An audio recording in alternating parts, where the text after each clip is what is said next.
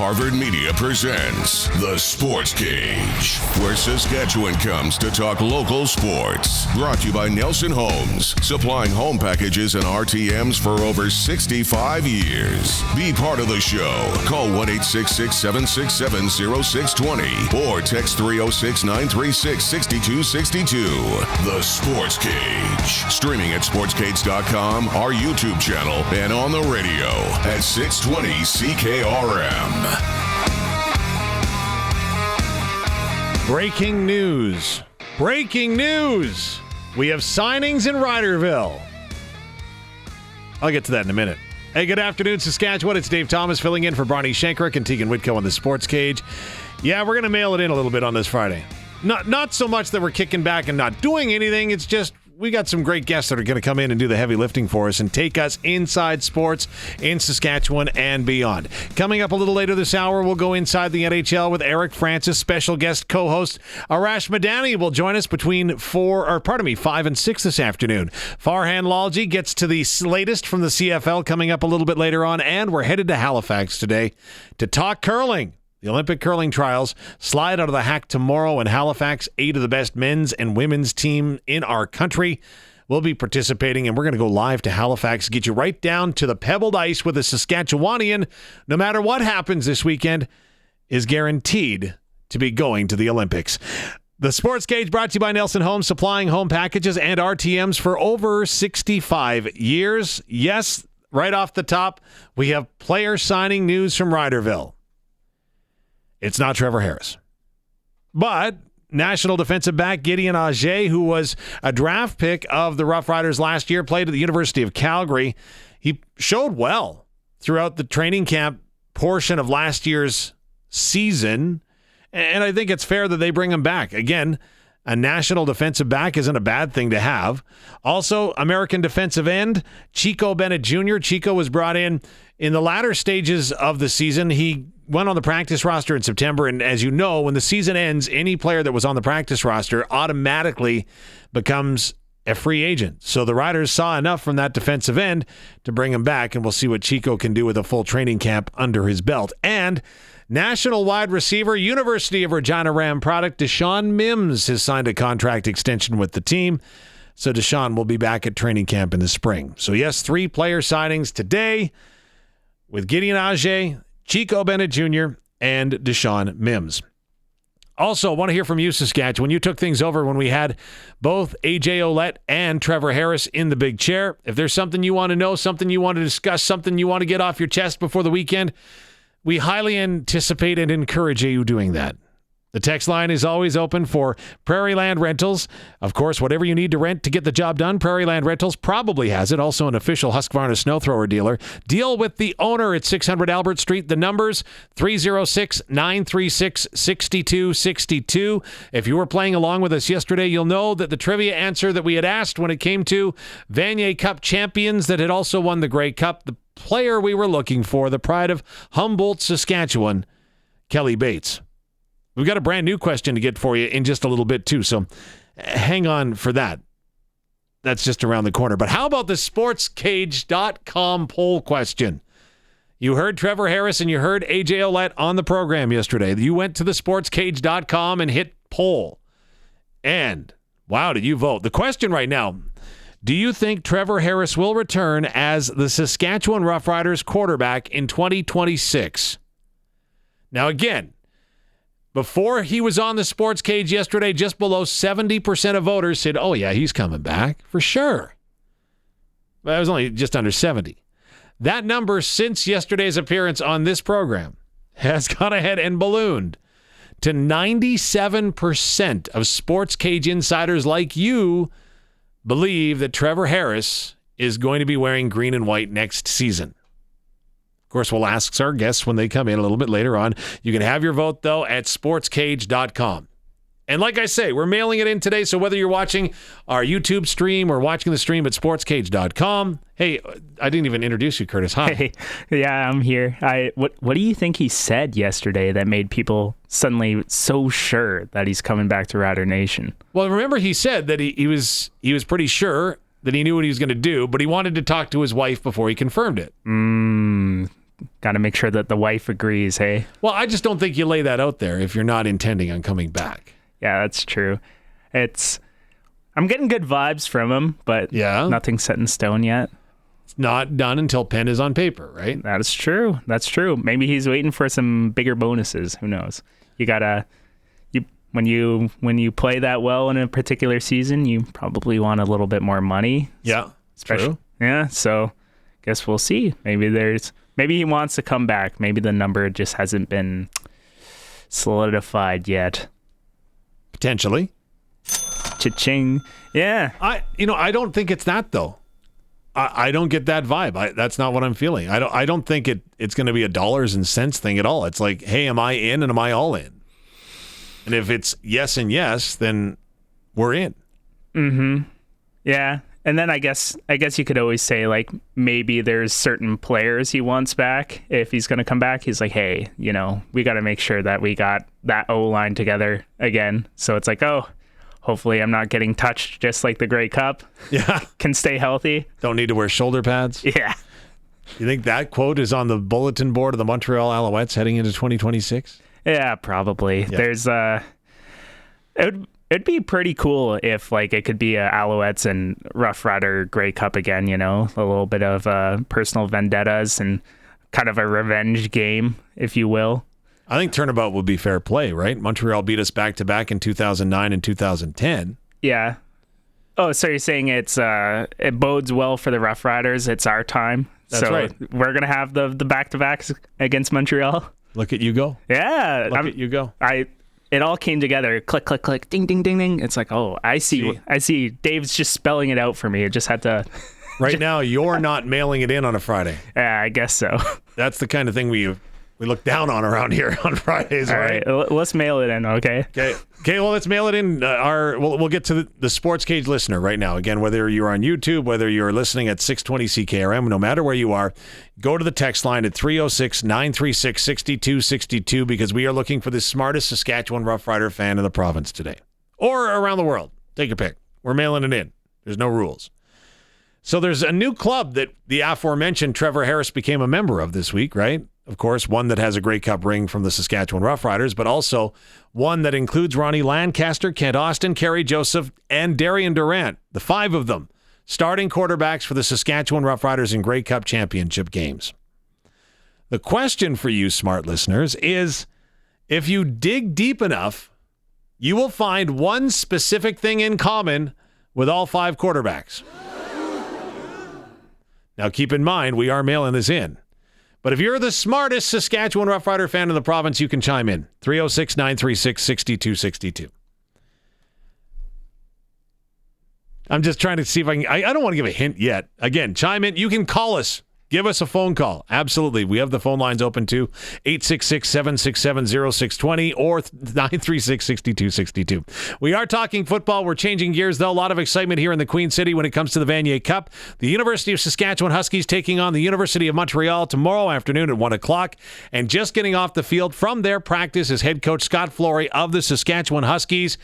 And he is going to join us next. We got to take the trip to Leroy with Cody Glyden in just a moment. The SportsCage, it's up, it's running, and we're mailing it in. I shouldn't say that too loud. Streaming at sportscage.com and, of course, live on 620 CKRM. Welcome back on the SportsCage. Pleased to be joined by the head coach of the University of Saskatchewan Huskies, Scott Flory. 60th Vanier Cup will be played on the turf at Mosaic Stadium tomorrow afternoon. Your team arrived yesterday. To me, they look dialed in and focused. What's the sense that you're getting from your group? Yeah, no, I agree. I think when you look at really what, from college athletics, of the veteran leadership that we've got some outstanding, 22-year-old young men that have been around, that have been with this team for a long time. They've been through some heartache here in 21 and 22, and they were young guys then, impact guys, but young guys then. I mean, talking about the Seth Hundebys and the Riker Franks and the Daniel Weebs and the John Stolls. But there's a different level of focus to this group. There's an edge to it. We don't know what tomorrow's going to bring, but we know we're going to play our butts off. You mentioned the edge. Does the edge also translate perhaps into a little bit of a chip on your shoulder, if you know what I mean? Yeah, I think that to me, not that there isn't validity in things like that. I think it's we're more that's a pretty short-term thing. And you know, I used to have back. Getting some open book stuff here, Dave. So back in the I used to have a long conversations with some like old coaches. So one guy in particular comes to mind is Vince Martino. He was an offensive line coach of mine back in 2012. He was an outstanding man. He was a longtime head coach in the NFL Europe and all that kind of stuff. And we just sit and talk. And he always, and I firmly believe he always said that kind of us against the world, chip on your shoulder stuff. It's not. It can sometimes come and go. It can fade. What we try to do here is establish long time, love and respect and honor the game and just the program. So, you know, when we talk about recruit, retain, and develop in college athletics, we've only got them for 5 years, sometimes a little bit longer if they don't consume eligibility. But that's what we try to do. We try to ingrain the passion for this team, the program, the province, and, you know, because at the end of the day, when it's coming down to 3rd and 1, that's a want to. And we got to make sure that we've got the right attitude and the guys are willing to sacrifice for the guy beside them. And that's what we're trying to do and to build and to grow. Scott Flory is the head coach of the University of Saskatchewan Huskies. His team plays Montreal tomorrow in the 60th Vanier Cup. Coach, when this game is being played in Regina, just down the road from Griffith Stadium, is that an advantage or is that a disadvantage? I don't know. I mean, it's a neutral site game. I mean, it's not our home, but it's our home province, but it's not our home city. I mean, literally, Dave, I just got, you know, I just went for a run around with the house where I grew up in my old elementary school and all that kind of stuff. So there's a lot of familiarity here. We've got a lot of guys that are from Regina. I think at the end of the day, I think Saskatchewan fans are going to cheer for Saskatchewan people. And I hope that the place is packed and that they're cheering for us. If that's not the case, I don't think it will be, but we're going to go and play our butts off regardless. I mean, we often say, and I don't say it jokingly. I said anywhere, anytime, anyhow. We'll play in a Walmart parking lot if we need to. That's where they schedule the game. We'll show up and we'll be ready to go. So playing in Regina, and maybe is it harder to block out some of the distractions? I know there's a lot of time, like guys from radio stations in Regina calling the head coach saying, "Hey, you play again tomorrow," but you know, taking you away from your prep. No, and I always got time for you, Dave, just so you know that. But I think that, you know, regardless of the storm or the weather around you, it's whether or not you can stay focused on the road ahead, and that's really what it comes down to. You know, there's always the distractions. There's life. There's hoopla, and obviously when you get into a national championship, there's going to be draws of media and you know, the banquets and things like that that are going to pull away. But it's all a matter of how quickly or how well can you stay focused or refocus back on the task at hand, and that's really what we focus on here with our guys. You mentioned the banquet. The President's Trophy Award winner is your linebacker, Seth Hundeby, the top defensive player in the nation. We see what he does on the field, but he looks like an entirely different person off the field, too, and what he's able to accomplish and inspire his teammates to do. Yeah, Seth is a unique human. He is just fantastic. I was talking with his parents last night, and he's the one recruiting visit that I walked to because we're borderline neighbors. He lives a couple blocks away. So he's a special young man. I mean, he's nobody, you know, can look and move like him at 6'3", 6'4", 245 pounds, and the way he runs and moves and how physical he is. And then you talk about the man that he is. I mean, you know, a leader, and you know, he's an a high achieving engineering student.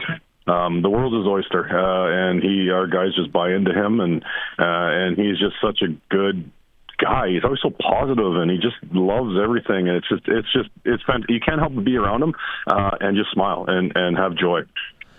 He was drafted by the Saskatchewan Roughriders after telling teams at the CFL Combine that no matter what happens, he's going back to school. What does that say about him? And the conversation I had with him yesterday, I asked, like, is there any hindsight saying, you know, I could have won a Grey Cup potentially with the Saskatchewan Roughriders this year. Instead, I'm competing for a Vanier Cup.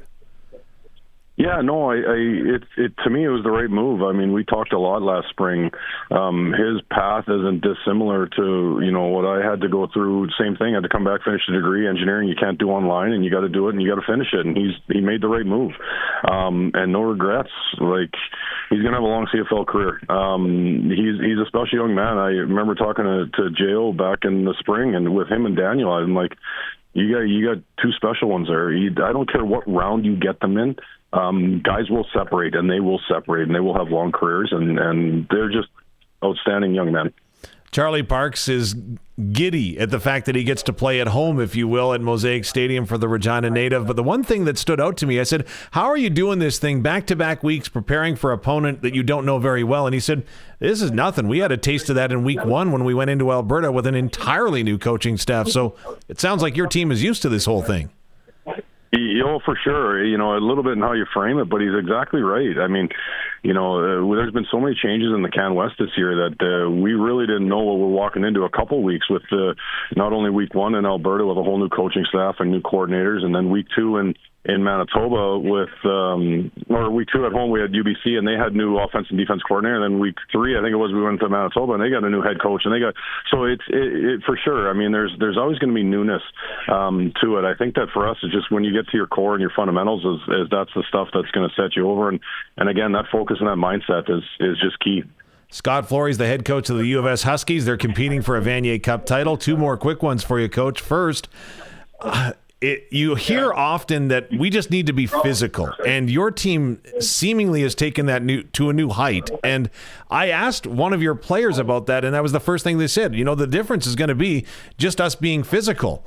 And the player I asked was a receiver, Daniel Wiebe. How does that happen? Yeah, no, I'm just saying, I think if you look at the game and the way the game, to me, should be played. It's a physical game. This game is not for everybody. It is not a contact. It's a collision sport. There are massive collisions out there. And if you're not prepared to do that, be it a receiver, be it a DB, I mean, I tell those guys all the time, there's going to be 6 or 7 times in the game where you're going to have to, get a nip of courage and go in there and put your face into something and sacrifice your body and put it on the line. And that's just the way the game is, and that's the way it has to be played. And it's not for everybody. And that has been a staple of this program for the last 100 years, and we firmly believe that. There's a physicality level that we have to play with, that is an edge, and that we're gonna hit tomorrow. I've often said for years now, I mean, I don't know if we're gonna win or lose, we're gonna play our butts off, but they will feel us. There's no doubt about it. They will feel us. University of Montreal, what do they possess, or what do they pose as a challenge for you tomorrow? Man, they're a good team. They're long, lean, they're athletic. They've got really good structure. They're very well coached. I got a ton of respect for their head coach, Marco Adialuca, and their whole staff. I mean, they know what they're doing. They're a good football team. I wouldn't expect, they wouldn't be in the Vanier Cup if they weren't. So it's going to be a slugfest, no doubt about it. It's limiting mistakes and taking those opportunities when you get it to make those plays. Coach, if I could make one more request before we let you go. Again, everybody in Saskatchewan is pulling for your quarterback, Anton Amandroud. If you wouldn't mind passing along our best wishes to him and his family and everything that they're going through. And again, I thank you for your time. No, thanks, Dave. And just on that note, I just obviously it's been, number one, trying for Anton this last week and a half here. And then obviously the team and just the relationships that he has with this group. But the football community in Saskatchewan is second to none. The amount of emails and support that we've got, the university stepped up, and everybody in Saskatoon and everybody in the whole province, the Saskatchewan Roughriders and everybody. It's a common tie that binds, and we really appreciate that, the whole greater football community and the greater community itself of the province of Saskatchewan. That's why we love it here. Coach, best of luck tomorrow, and go get them. Thanks, Dave. That's head coach Scott Flory of the University of Saskatchewan Huskies. His crew are taking on the University of Montreal Carabin tomorrow. 60th Vanier Cup. Kickoff is at 1 o'clock at Mosaic Stadium. Still some great affordable tickets available. You can get yours online. More coming up on the Sports Cage in a moment. We'll take a break. Of course, we're streaming live at sportscage.com and across the world on 620 CKRM. Now for Inside the NHL with Eric Francis on the Sports Cage. Inside the NHL is brought to you by Sports Select. Getting in on more of the sports action you want is as easy as playing at sportsselect.com. Simply make your picks online, generate your QR code, and lock in your bet at your local Lotto Spot retailer. Yeah, we're mailing it in on this Friday, but not everyone is. People do have to do work and stuff. We've got out on the Western Pizza guest hotline, Eric Francis is joining us. And boy, Eric, you ride first class everywhere you go. And where are you? St. Louis, New Jersey? What's going on? I'm on my way to Delburn, Alberta for a kids hockey tournament. So basically your best road trip of the year, right? Yeah, if I had to rank the top 5, I'd certainly put this right up there with the best of them for sure. Yeah, no, it'll be good to get out there, see my son play. Always nothing better, as anybody knows who has a kid in sports.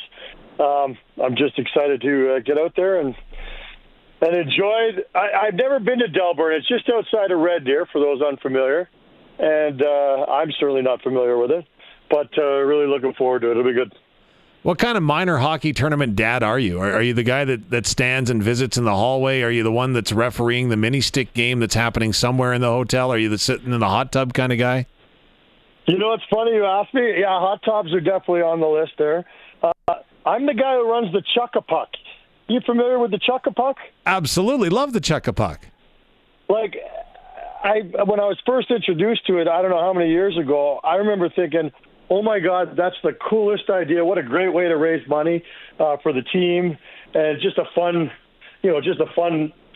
thing to do in between periods, and all the adults and kids get into it. Somebody wins some money. And I'm the Chuck-a-Puck guy. I'm not the guy who stands at the end of the rink. There's always that dad who stands at the end of the rink, doesn't want to talk to anybody else because he's really into the game. And I understand those guys, too. They're the guys who they just don't want to hear some of the asinine comments from some of the other parents. And that's totally understandable, too. But that's not me. I don't mind listening to the asinine comments. And quite frankly, I like contributing to them as well. Yeah, well, there's also the dialed-in dad that we didn't refer to, Eric Francis. The dialed-in dad is the one that slips the stats under the door of the dressing room so that the coaches can take a gander at it in their under-11 tournament.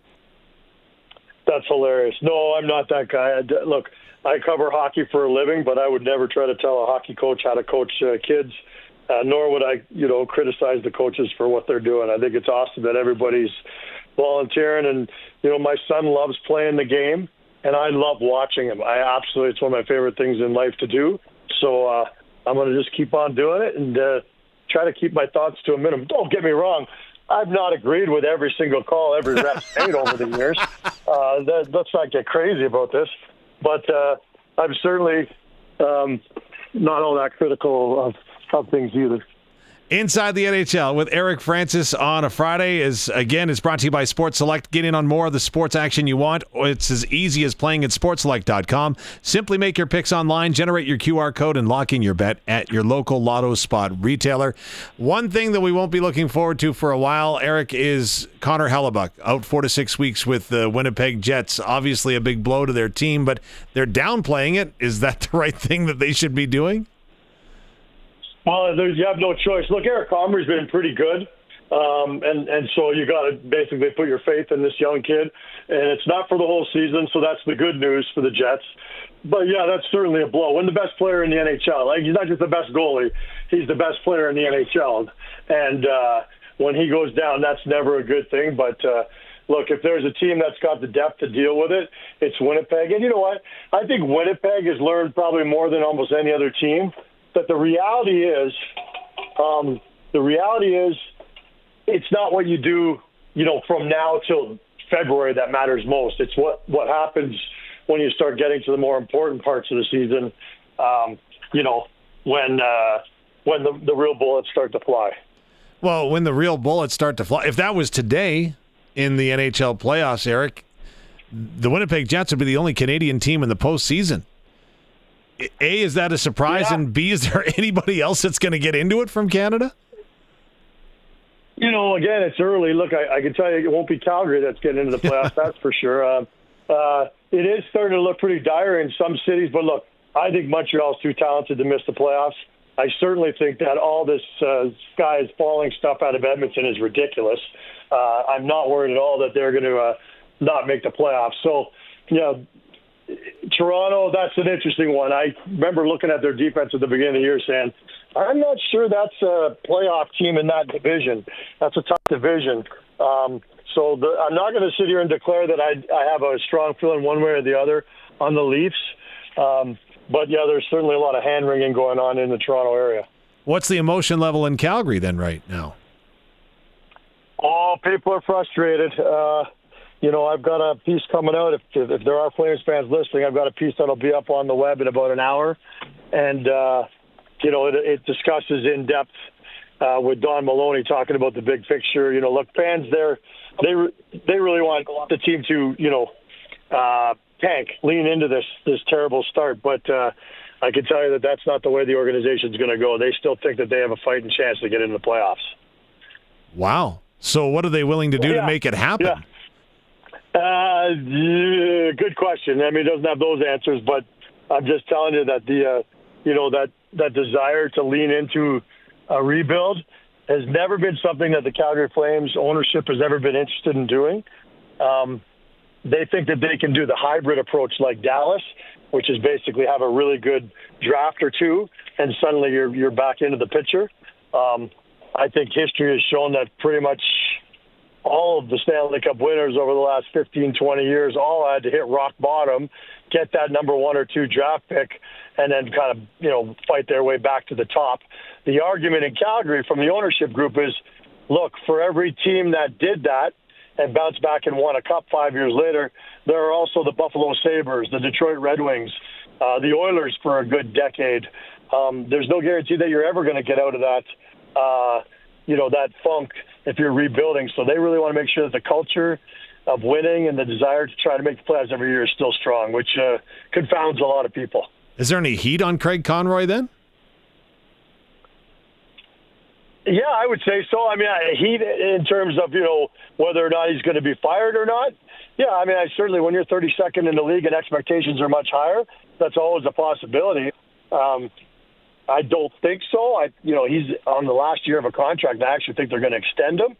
But also the optics of that can be challenging too, because when you're extending a GM that's last in the league, it's a tricky one too. So I think he will survive this. I really do, because I think people understood that even though last year they were pretty close to making the playoffs, it was a bit of a mirage, and it happened a little quicker than anyone expected. So I still think that they're going to stick with Craig and use him as their long-term planner.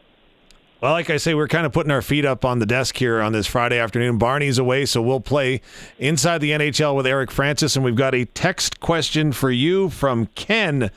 Wants to know if you saw what happened with Connor Bedard the other night in the Chicago Blackhawks when he was assessed a penalty for essentially chirping.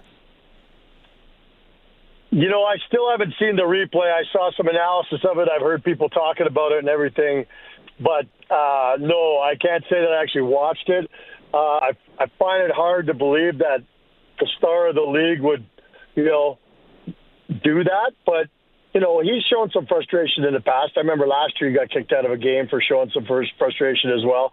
And, hey, listen, again, without seeing or hearing what was said, I think there gets to a point where no matter whether you're a superstar or a fourth-line mucker, if you run your mouth a little too much, at some point the refs are going to say enough, and you've embarrassed me enough, and now I'm going to embarrass you back. So it sounds to me like that's exactly what happened. But again, I haven't seen it. Does it sound like is that a fair assessment to you? Like from what you saw, did it seem like the ref just had enough and had to kind of put a cap on it? Yeah, that's basically in a nutshell from what I would say. But the question obviously there's a ladder. I don't know if it's I don't want to call it priority or anything like that. But if Connor McDavid does that, there's nothing happening. And maybe does it just show that Connor Bedard isn't quite at that level yet, despite the start that he's had in the season and, of course, the clout that comes with being a number one pick? I think it has more to do with being a veteran as opposed to being a rookie. You earn your stripes over the years. You're Connor McDavid, whether you're Connor McDavid or you're still a third-line mucker. If you've been in the league 8 years, there's a little bit more respect out there that's handed to a guy. If you're a kid, and look, Bedard's in his third year in the NHL now, these refs want to also set a standard too. Like, hey, you're a new guy. You can't talk to me like that. You can't talk like that in this league. And if you do, I'm going to put you in your place. So that's where I think that it came down to. Just he's a third-year guy in the league, and no matter what his status was, he shot his mouth off a little too much. The unfortunate thing about it was it actually had an impact on the game. The Blackhawks lost the game because of it, and that's the unfortunate thing. You don't ever want a referee to play a role in that, but I'm sure every ref and observer would say, no, the ref didn't do it. It was the player who did it. We're just not used to that happening. Veterans know where the line is. Maybe youngsters don't know quite as much. Doug is in Red Deer, so maybe he'll come by a puck. I don't know. But he hasn't been... Tell him we're open for business. Open for business. Well, you just did. He says, I haven't been into Calgary lately. How is the rink coming? It is actually quite amazing. I drive by it every day because it's like 150 feet away from the current rink. And, as you can imagine, traffic in and around there is horrific. But we are now seeing it was just a giant hole for so long.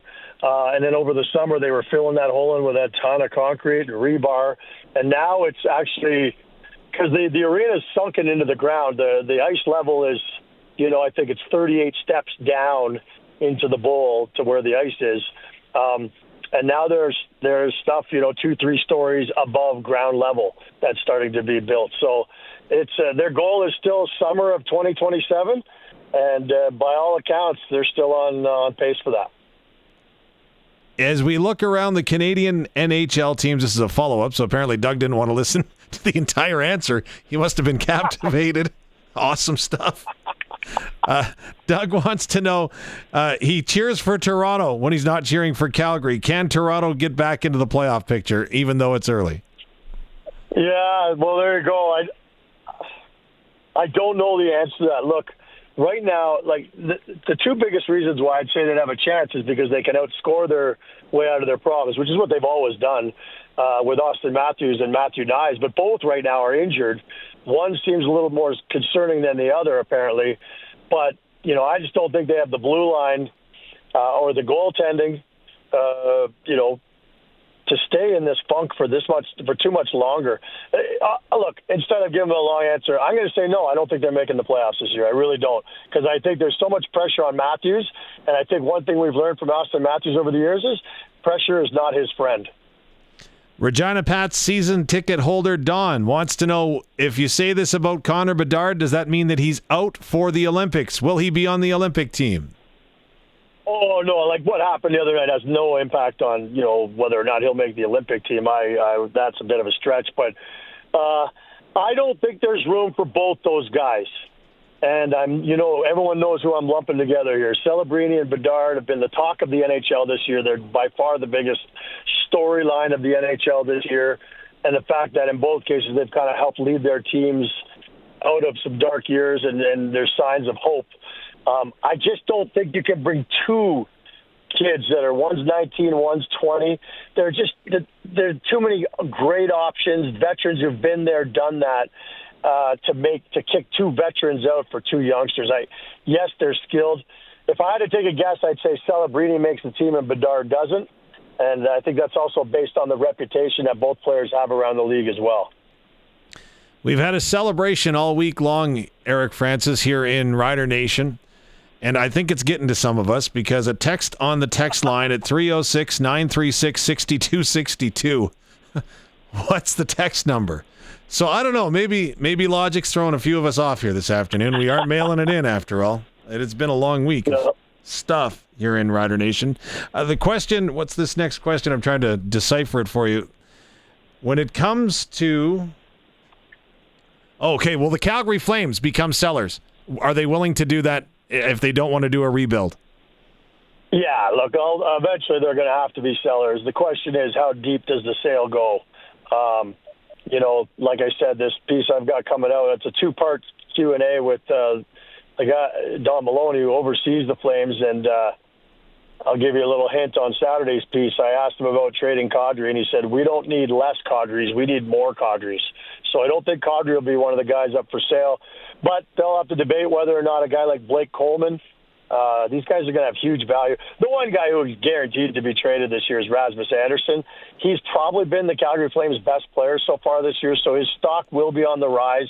Every team in the league is looking for, a heart and soul defenseman who's been there, done that, blocks shots, will do anything to help the team. So Rasmus Andersson is the one that I guarantee will be traded this year. After that, I'm just not sure how much deeper they're willing to go because they want to try to maintain what they call a winning culture with these veterans leading the way, and that means they can't trade too many of them. Okay, Rob on the text line, Prairie Land Rentals text line at 306-936-6262. I was asking my wife, we're driving to Moosomin, and that was voice to text. I wanted her to tell me what the text number was. Okay. I could imagine being in that car with Rob. Rob's question, he wants to know he's a Winnipeg Jets fan. Is Jonathan Toews back, and what has your assessment been of his play? I think he's been good. And I think the beautiful thing about his situation with the Winnipeg Jets is that, he's not being counted on to be the Jonathan Toews that he was in Chicago, where he's got to carry the load and be the first-line center. He can go into Winnipeg and be a second-line center in a city where the third-line center is actually the captain and one of the driving forces of the organization. So they've got this incredible depth at center. There's no huge pressure on him. It allows him to ease his way into this season. I think he's had a really good start. The production is starting to come of late. I had a great chat with him early in the season, and he's being patient. And, his expectations, I don't want to say they're low, but he knows that they're not asking him to be a difference maker this early on. So I think it's been a win for the organization, a win for the player, and quite frankly, it's one of the great feel-good stories of the National Hockey League this year because, as most people know, I think he went over to India. He went all over the world to try and find solutions to long COVID. And I also think he's a beacon of hope for other people who are dealing with long COVID. So that's a good story, too. Tampa Bay Lightning have won 7 of their last 10 games. How I'm trying to read it. I think they're asking how legitimate of a threat the Tampa Bay Lightning? I think they're a top 5 team in the National Hockey League. I really do. I'm on my way. Like a lot of road trips for a guy in the West. You're all over the place. I'm starting in Delburn this weekend, and I'm off to Tampa Bay on Monday. And so I'll get to see the Lightning firsthand. Then we're going to Florida, Nashville, Carolina. A real tough road trip. But Tampa is. Look, they've got the best coach in hockey. I'm convinced of that. They still probably have the best goaltender in hockey in Vasilevsky. I love their top line, Gensel, Kucherov, Point, and they've all had very slow starts this season, I'll get. Brandon Hagel's a phenomenal guy, player, Cirelli. I mean, I just think that their depth in the top 6 up front is as good as anybody's in the league, quite frankly. And they've got the experience blue line and experience all over the place. They've won cups, so I think Tampa is in for a nice little resurgence here, and I think they'll be one of the favorites in the East when we get the playoffs started. But that's a long way away. Apparently, Rob doesn't know how to turn off voice to text, as it looks like there's a deer in the ditch. So that's awesome. Good. Drive safe, Rob. I got to ask you about road trips. We just got back from one at the Grey Cup and had one of the greatest experiences with other media. It's one of the most fascinating things hearing other people's opinion, but it's also interesting finding how people can try to save money, like one media outlet trying to share an order of all-you-can-eat wings. Is the media frugal in your world too? Fantastic. Well, that's good to hear that there's a strong tradition in the media of being cheap. I mean, look, none of us are getting rich. None of us are getting rich in this business, and sometimes costs need to be cut. There is a legendary figure, and I'm not going to name him, a legendary figure who's covered like 30-plus Grey Cups, one of my favorite people, a legend in our business, and he was famous for always, look, you go back decades when I first met him, and they used to sell smokes in the bar. You could order a carton of smokes with a round of doubles. And he would order doubles. He drank doubles quite famously, so double rum and Coke, double rye and Coke. And he would also get a carton of smokes. It would all go on the big tab. There'd be, say, 8 of us. We're all having a good old time. And when the bill came, he'd be the first to reach up and snag it out of the waitress's hand and say, okay, bill is whatever it is, $1,200. There's 8 of us, so each one of us owes, and he would divide it by 8. And so we would always be paying for his doubles and for his smokes. That is not just being cheap. That is being crafty, innovative. And there was a part of me as a youngster when I first met him, I was like, whatever you say, sir. And then as I got older, I said, no, that's not the way this is working. I'm not paying for your drinking or smoking problem. You can take a separate bill for all your little vices, and I'm going to deal with my own little chicken wings that I'm sharing with my buddy over here. Veteran move. Yeah, veteran move. That's why he's a legend. Oh, Eric Francis inside the NHL. Thanks for doing this. Good luck in the tournament this weekend. It's time that you can't get back with your kids, so enjoy it. Exactly. Well, thanks so much, and we'll talk next week. Absolutely. Inside the NHL with Eric Francis for Sports Select out on the Western Pizza Guest Hotline. Boy, we've got lots to get to, including your SportsCage ticker signings in Riderville today. We'll tell you who signed coming up in a moment. This is the SportsCage, streaming at sportscage.com and on the air at 620 CKRM. It's time for the Sports Ticker, brought to you by Reliance Heath Water Heater Rentals. Bundle and save with Reliance Heath. Rent a new water heater and softener together and get $400 cash back. Call on Reliance Heath today. The Saskatchewan Roughriders have signed. See, that was a dramatic pause when you're taking it easy on a Friday. They have made 3 signings, none of which are named Trevor Harris. National defensive back Gideon Auger, who was drafted by the team last spring. He went back to the University of Calgary over the fall season. He will be back in camp come this spring, as will American defensive end Chico Bennett Jr. Was brought in late in the season, made an impact, and was signed to the practice roster. Now has re-upped and will again attend training camp in Saskatoon. So will wide receiver and former University of Regina Deshaun Mims, the former Rams player, of course, spent the entire campaign with the Riders, made 1 catch for 6 yards on the season. Western Hockey League tonight, Regina Pats are back in action, continuing their U.S. Division road trip, 9 o'clock start time. Of course, so we will have the broadcast for you here on 620 CKRM starting at 8:30 with Dante DeCaria. Handful of other games in the Western Hockey League tonight. Busy night in the SJHL with 4 games on the go, 3 in the Prairie Junior Hockey League. Saskatchewan female under-18 AAA game also going on. And in the NHL tonight, we heard about Connor Hellebuck, going to be out 4 to 6 weeks after undergoing knee surgery. That means he will not be in the Jets lineup when they take on the Carolina Hurricanes tonight. And that is your sports ticker for Reliance Heath. Hey, we've got the trivia question as we're turning things over to you, Saskatchewan, on our text line at 306-936-6262. Trevor Harris became a member of the exclusive club that includes Ronnie Lancaster, Kent Austin, Kerry Joseph, and Darian Durant as starting quarterbacks for the Saskatchewan Roughriders that have won a Grey Cup ring. They all have something specific and very specific in common. We've got guesses coming in from them all being male. Yes, that would be true, but not what we're after. And blood type. I don't know how we can find that out, but it isn't what we're after either.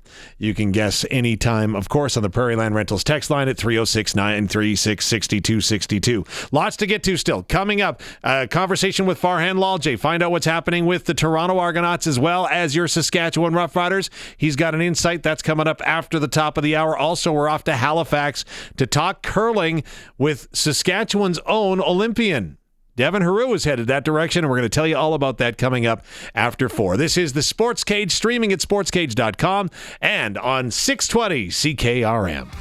Welcome back to the Sports Cage. It is not exactly a mail-it-in Friday because we don't want to get in trouble from the bosses, but Barney is away, Tegan's not here, and it's Dave Thomas filling in on a Friday afternoon where we've just gone through a full celebration with the Grey Cup and getting set for the Vanier Cup tomorrow at Mosaic Stadium. Still lots to get to, including Arash Madani joining us for a full hour after 5 o'clock. And 10 million reasons to smile for Farhan Lalji.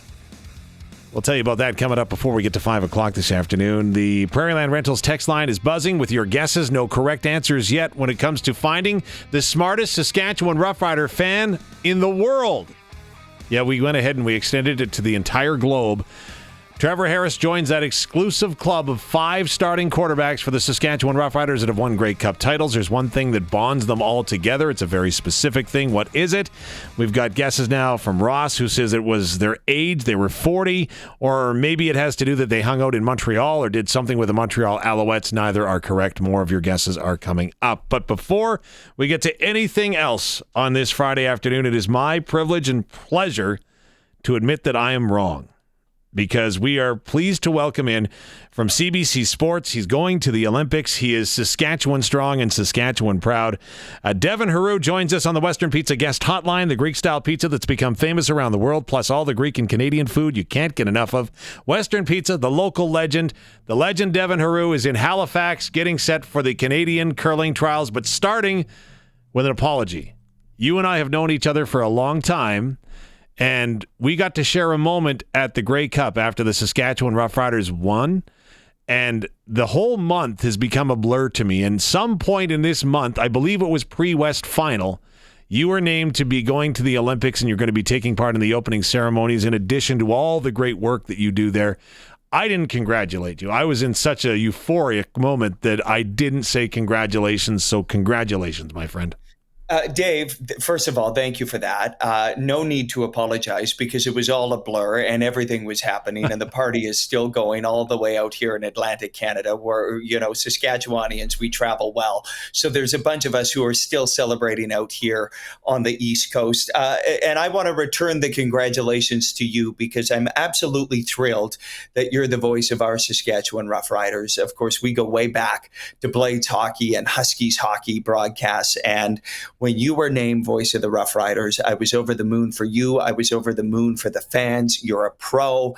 And I'm just so glad that you are part of this journey. What a season. What a team. What a championship. So we can go on and congratulate each other. But this is what a great time to be green and be from Saskatchewan. Is that not the truth? Let's start with the Grey Cup before we go anywhere. What was the moment for you?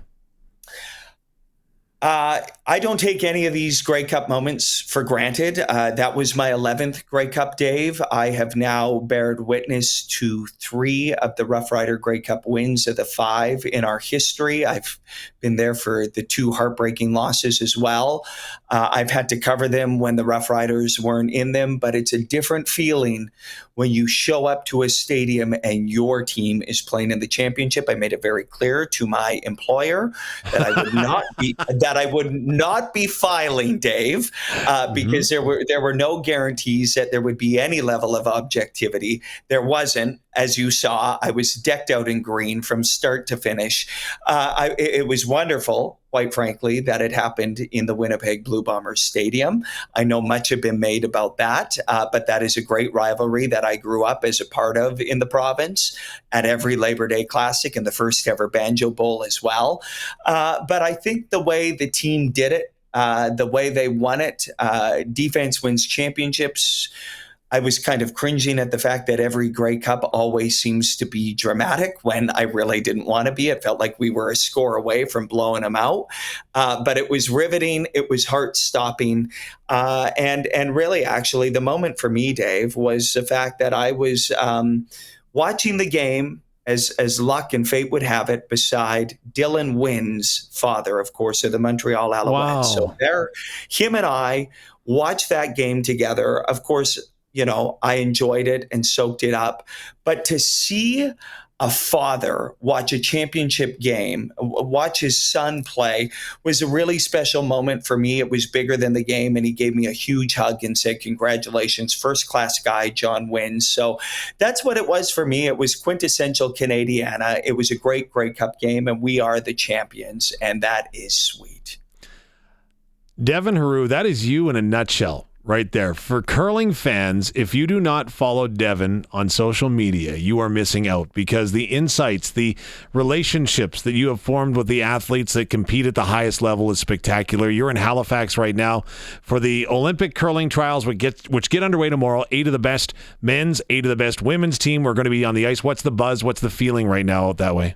Dave, I've never felt anything like this ahead of a curling event. This is the third Olympic trials over 12 years that I'll be covering. I've covered all of the bonspiels around the world, World Championships, Brier, Scotties. I've never felt anything like this.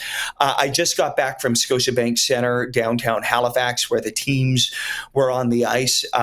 There is a level of intensity and stress and anxiety and excitement I've never seen. It feels like the stakes have never been higher for Canadian curling. It's been somewhat of a fall from grace. Gone are the days that Canada shows up at an Olympics and is guaranteed a podium spot. In fact, over the last 2 games, Canada has only come away with bronze medals in the 4-person game. So they're feeling it. The Canadian curlers are feeling it. Of course, on the women's side, Rachel Homan, world number 1, back-to-back Scotties and world champion. They're a juggernaut. It's theirs to win and theirs to lose, quite frankly. But I think they're ready to meet the moment. They just seem like they're on their own stratosphere.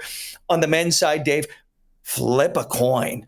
I mean, this is like rock'em, sock'em, heavyweight, Dunstone, Jacobs, Gushu, Epping, McEwen, Kleider, McDonald, Cooey. I said all of them because the reality of it is if any one of them gets hot, it could go their way. So it's an all-you-can-eat buffet of granite glory. I can't wait. The fans can't wait.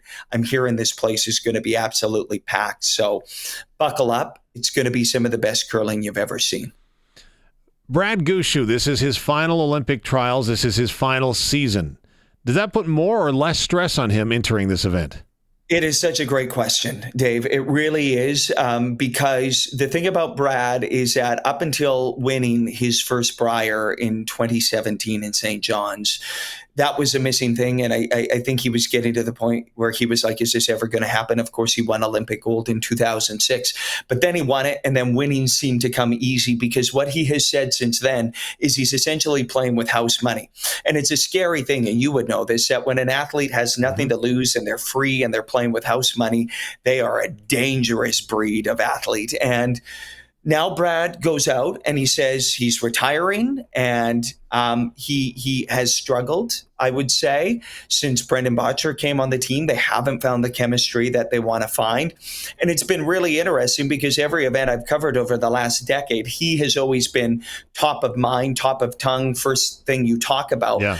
And he actually isn't really the one people are talking about around here. I saw him in the lobby this morning. He's focused as ever, looks relaxed as ever. And here's a note for the fashionistas out there. In 2005, in this very arena, when he won Olympic trials, when he was 25 years old, they were wearing those ugly orange jerseys. Some people might say they were beautiful. I think they're ugly. Well, guess what? They're back in them. They're back in the orange, Dave, 20 years later, trying to turn back time. So I think, listen, never count Brad Gushu out. There's something about the biggest events that brings out his best. And they're going to be traveling from Newfoundland and Labrador, and they're going to have a time here in Halifax. It's going to be rowdy. What's the strategy? Devin Heroux is our guest from CBC Sports, getting set for the Olympic curling trials out in Halifax. Is the strategy that you want to peak at the end of the week, or do you have to be on your game day one tomorrow? Every one of these games is a playoff game, as far as I'm concerned. 8 teams, so you play 7 games round robin. I was talking to David Murdoch from Scotland, who's now the high performance director for Curling Canada. We flew over here, and we were bantering and talking about what sort of record gets you into the playoffs. Of course, top 3 teams make it into the playoffs. First place goes directly to the final. Second and third play in the semifinal. So it's a coveted spot if you can place first. I think you're only allowed 1 loss to get that first place. You might even have to run the table. And I don't think anything more than 2 losses will be good enough. So there's no margin for error if you have 1 off game, and that can happen early in the week because the ice conditions are going to be interesting and they're going to be learning the ice conditions. Mm-hmm. I'll also point out to everybody listening in, Curling Canada has actually purchased a set of world curling rocks from Scotland. They're different rocks, Dave. You'll appreciate this, and people who are diehard curling fans. So they hit differently. They have different striking bands. They curl differently, and they want to mimic sort of what they'll be using at the Olympics. That's why they brought them in. But if you don't have a handle on the rocks and the ice, you might slip up early. and that might cost you a playoff spot at the end of the week. You mentioned David Murdoch. He's been with Curling Canada for a couple of seasons now. What has his impact been on the organization? Is it tangible yet? Yeah, it is. It is. And the biggest thing that I'm going to point to, Dave, is the fact that it's now a best of 3 final at the Canadian Olympic Trials for the first time ever. And that is totally a brainchild of David Murdoch. And listen, I think it's a great thing, because not to say that, you know, this grinded out sort of thing that is the Canadian Olympic Curling Trials hasn't produced the best curlers at the end of it. But this is to ensure that the best team at the end of the week in a best of 3 scenario goes and represents a country.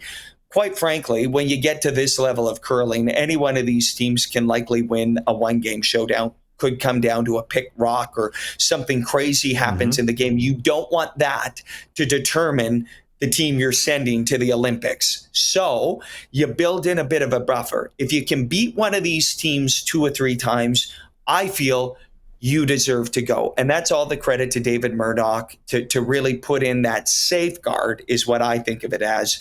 And it's going to be dramatic. I mean, can you imagine if this thing comes down to a game 3 on Sunday here in Halifax with an Olympic berth on the line? It's going to be, I hope it does on both sides, because I love drama and chaos. It's just going to be riveting stuff. And I think that all the credit to David Murdoch to put that in place. Well, shout out to the Cali Curling Club here in Regina, Devin Heroux, is they haven't kicked me out yet when I'm watching my kid curl. You know, some people don't have that. Anyways, long story short, overhearing a conversation that fascinated me last week. Would Curling Canada ever consider going to a best of team? So if you look at hockey, right, a team is selected and they go. Right now, the curlers put their own teams together. Is that something that would ever be considered or work? Well, I would argue that might be Team Homan right now, Dave. Yeah. Good call. I mean, and listen, as an add-on to that conversation, I would say, would Curling Canada ever get to a place where it just outright appoints a team to represent the country? I haven't ever heard this debate as strong for a team like Team Homan ever in the history of this event. I think there is a strong majority of people out there who feel they should be appointed. I don't think so. I think, listen, they haven't lost to a Canadian team since October 2024, more than a year. If you want to go to the Olympics for this country, do it, prove it, and do what you've continued to do and be who you've continued to be. In terms of putting together an all-star team, I'm going to say that if Curling Canada doesn't have success at these Olympics, there's going to be a serious overhaul of the system, because you look at what they've done in Scotland, for example, at the British Curling Academy with Team Mowat. They essentially formed this juggernaut, the Curling Avengers, Team Mowat, and they've basically been unstoppable. So listen, other countries in the world don't have the luxury and the depth we do, and that's why they sort of appoint their team and they fund them, and it's a full-time gig, and how nice would that be? Here in Canada, we have depth. We're kind of victims of our own success, Dave. But I think to keep a pathway to curling in this country, you have to have trials, you have to have teams. But I would say if they don't have success here, we might not be too far off from sort of a curling all-star team at the Olympics. See, as I said, we are mailing it in here, so we're asking you all the questions. We're just sitting back and listening to your expertise. So fill in the blank question. The team that wins the Olympic curling trials this week will blank. Oof. Boy, that's a choose your own adventure, isn't it? Yes, isn't it? I'm going to say the teams that win the Olympic curling trials here in Halifax will end up on the Olympic podium. That's what I'm going to say. And for Rachel Homan, this is everything to her. She's been at the previous 2 Olympics. Of course, she bombed out in 2018, didn't even make it to the playoffs. Then she was there in mixed doubles in Beijing. She didn't make it to the playoffs as well. This is everything for her. on the men's side, my goodness, you just have to fight like hell to make it into the semifinal. And then the top teams in the world, they're going to be hard to beat. So curling has never been better. The Canadian trials are going to be absolutely electric. I can't wait. It's going to be nonstop stuff. And let's say I'm just ready to get this thing going, Dave. No doubt. You can hear the passion in your voice. You talk about the best of the best, though, and that is, of course, the Grand Slams, the World Curling Tour. Of course, you're a big, big part of that. Making a stop in Saskatchewan at Merlis Belcher Place on the grounds of the University of Saskatchewan next month. What are we going to see in an event like that? Because I know there's some curling fans that say, okay, it's not like a Brier and it's not like a Tournament of Hearts. And no, it's not, but it's some amazing curling. I'm really glad you brought that up because, of course, I'm part of the curling group in the Grand Slam of curling as well now. So I should be talking about the slam that's running back to Saskatoon. And I'm thrilled about that because I get to stay right until Christmas, Dave. So the timing works perfect. Awesome. Listen, couple selling points really quick. This is going to be the first event where you're going to see the Olympic representatives for Canada. So that's a huge thing. Every Olympic curling team essentially plays in the Grand Slam of curling. So in my opinion, it is actually some of the best curling you're going to see outside of a world championship or an Olympics. I don't think there's a better place to watch curling than in the heartland of curling and football, I might add, than in Saskatchewan. So the Grand Slam of curling is going to be there. And I really think it's going to be at such a different level, such a high level, because everything is different in an Olympic year. So these teams at this point, and I travel with them, I was just in Tahoe with them, I've been on the circuit, I see them week in and week out. Something clicked over this past few days where they're now feeling it. Those Olympic juices are starting to flow, and it just so happens that Saskatoon sort of gets to be the gateway to the real Olympic season. So get down there, pack the place. Ticket sales are strong, unsurprisingly, but you're going to see the best on the planet, and it's going to be a chance to send off our Canadian curlers to the Olympics in a really fitting way. Can you help put my finger on this one? Because I was at the event in Saskatoon 2 years ago. Don't quote me, but there was a different vibe in the arena than what you get at, for example, we were at the Worlds in Moose Jaw last year. It's just a different feeling, but I can't understand why or what it is. Well, we're trying to make it a party. And I know some traditionalists of the game sort of might cringe a little bit about that, but the fact remains, Dave, is that we're and I say we're collectively, the curling world, the curling community is looking around and finding ways to make this sport viable, to find better grassroots curling programs, pathways to elite curling. And I would say that the Grand Slam of curling is doing that because running along the same time in the Tier 2 event at Merlis Belcher in Martinsville, there's a Tier 2 event for all the other up-and-coming teams. So it's a party, and it's intended to be a party. And all of those things, in my opinion, can exist within sport. You can have a good time. It's entertainment. It's the great escape from the rigors of life. And so when you show up at an arena for a Grand Slam of curling event, there's going to be people dressed in banana costumes. There's going to be bananas and shenanigans going on in the arena. And we want you to have a good time. The curlers, more than anyone, Dave, I want to make this last point. They're the ones driving the bus on this. I saw Colton Flash, good Sasky boy, at the arena today, getting ready to try to compete for the Olympics. But he's ready to party here, and he wants to have a party back home during the Grand Slam. So it can be all those things. We can have some fun. Hopefully people pack the place, like I said, in Saskatoon, because it's the best curling on the planet, and it's a heck of a good time when you're there. You can get right down in the Jackpot City Lounge, right behind the sheet, have a pint, and watch some curling and talk to them probably while the game's going on.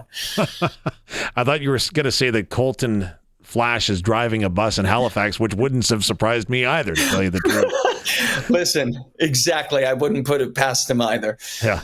Devin Heroux is our guest. Before you go, again, I want to brag because you are going to represent Saskatchewan. You're a good Sasky guy, going to be covering the Olympics. What does this mean to you? And maybe tell everyone what you're going to be doing. Yeah, thank you, Dave. It's an incredible honor for me to be hosting the opening of the Olympic ceremonies for the Olympics alongside CBC's chief correspondent Adrian Arsenault. It's a pinch me moment, Dave. I know you'll appreciate this. You grow up watching the likes of Brian Williams, Ron McLean, Scott Russell, on, and now I get the privileged position of welcoming Canadians into the 2026 Milano Cortina Olympics. Going to give you my best. Going to try and provide as much Saskatchewan content as possible throughout the broadcast. And then after that, I'll be keeping a close eye and talking a lot about curling, of course, but I'll be also positioned at the short track and figure skating venue in Milano, probably running over to check out the hockey as well and be in as many places as possible, fueled by great Italian espresso. But I'll close out by saying my love of the Olympics was sparked during the 1998 Nagano Olympics when our great team, Schmerler the curler, that fearsome foursome from the Cali, of course, as you said and mentioned, they were larger than life, Dave. They felt like the neighbor next door. And what they proved to me is that you could be from our great prairie province and you could go out there and you could kick ass on the biggest stage on the world. And that ignited something in me that has guided all of my storytelling, has guided everything I do. And I owe it to that team. I owe it to our province, to where I am today. And I'm going to give you all my best. And I just can't wait for these games. Canada's going to put on a show. It's going to be electric. And we're doing it at a time when we're the Grey Cup champions, and hopefully we'll be talking about a Vanier Cup championship and do a sweep from the Valkyries to the Hilltops to the Riders to the Huskies. So I've always said when the Riders are rolling in the province, everything's good in Saskatchewan. So good things, high tides raising all boats in the Prairie Province. Keep doing what you do. Enjoy the week in Halifax. Thank you for taking some time. Appreciate you, Dave. Keep the good times going back home. I don't think I can. I've had too many good times this week. Devin Heroux from CBC Sports joining us on the Western Pizza Guest Hotline. This is the Sports Cage. We've got lots to get to, including around the corner. Farhan Lalji's got 10 million reasons to smile on this Friday. On the text line, well, we've got lots of guesses coming in as far as what those 5 quarterbacks in Saskatchewan Roughriders history have in common. Again, from Montreal to it being their 4th Grey Cup appearance to what else have we got here? Oh, sorry. I could get another 1,000 questions and guesses in on this. I just can't figure them all out. To the idea because of the quarterbacking percentage that they threw in the Grey Cup game. All are great guesses. None are correct. 306-936-6262. What do the 5 Grey Cup winning quarterbacks in Saskatchewan Roughriders have in common? A very specific thing. We'll continue to test your knowledge coming up. Farhan Lalji is standing by. It is 4:30. Also standing by is Cody Glyden in Leroy. They're running out of tickets, folks. He'll tell you how to get yours coming up in 30 seconds. This is the Sports Cage, streaming at sportscage.com and at 620 CKRM. The Sports Cage Clutch Performer for Nick's Service in Emerald Park. Your local Massey Ferguson Challenger, Rogator, Gleaner, and Fendt dealer. Call 781-1077. That was a great curling conversation with Devin Heroux. Of course, you can catch up on all of the interviews, the guests at sportscage.com. Check out our podcast. But it is Clutch Performer time. Dylan Strome of the Washington Capitals. Curtis, he is our Clutch Performer today because he had 3 assists in last night's Washington Capitals 8-4 victory over the Montreal Canadiens. And I can hear you saying he had 3 assists. That's a pretty good night of hockey. However, it's the way that you get those assists. And for Dylan Strome, after the first 20 minutes were done, he headed to the locker room with his Washington Capitals teammate when one of the PR people with the Caps came over and tapped him on the shoulder and said, "Congratulations, Dylan. Your wife Taylor has just given birth to your 3rd daughter." So he goes back and plays the final 40 minutes of the hockey game knowing that he's a new dad and gets 3 assists in the hockey game. So Dylan Strome is your Clutch Performer for Nick's service. It's a Friday edition of the Sports Cage. I'm Dave Thomas, filling in for Tegan Whitco and Barney Shankaruk. Both will be back next week. Of course, today's show brought to you by Nelson Homes, supplying home packages and RTMs for over 65 years. Time to head back out on the Western Pizza Guest Hotline. Get the inside story with TSN's Farhan Lalji. It's time to get the inside story. TSN's Farhan Lalji on SportsCage is brought to you by the Cooperators. Time to get financially fit? Cooperators can build a plan that works for you. Cooperators, investing in your future together. TSN's Farhan Lalji joins us. Have you come down from the Grey Cup yet? You were flying everywhere in Winnipeg, my friend. Yeah, it was a good week, look, I'm not a fan, so I don't have the euphoria that a Rider fan would, but, as a guy that kind of lives the entire Grey Cup experience for the whole week, it really is a great time. We get to reconnect with our entire staff and just everybody that makes the CFL and TSN so special. It becomes a CFL convention because there's people from around the league there, all the parties. Yes, I went to a few. And I'm not going to lie, I had a 6 a.m. flight, so I literally went from the final wrap-up, final extra party, to the airport. So it took a few days. What was the experience in Winnipeg like? I know that I don't want you to compare and contrast as a whole, but did you think that it went off the way it was intended to go off? Yeah, I think so. Look, it's different when the home team's not in it, but on some levels it's kind of good because the organizing committee did such a great job of getting all the events filled and making sure there's a bit of a buzz created. And then when you have Saskatchewan in the big game, they travel so well. So now you get a bunch of people from out of town that come in, especially the last couple of days leading up to it. They're not there for the whole week, but by Friday, everyone's in town.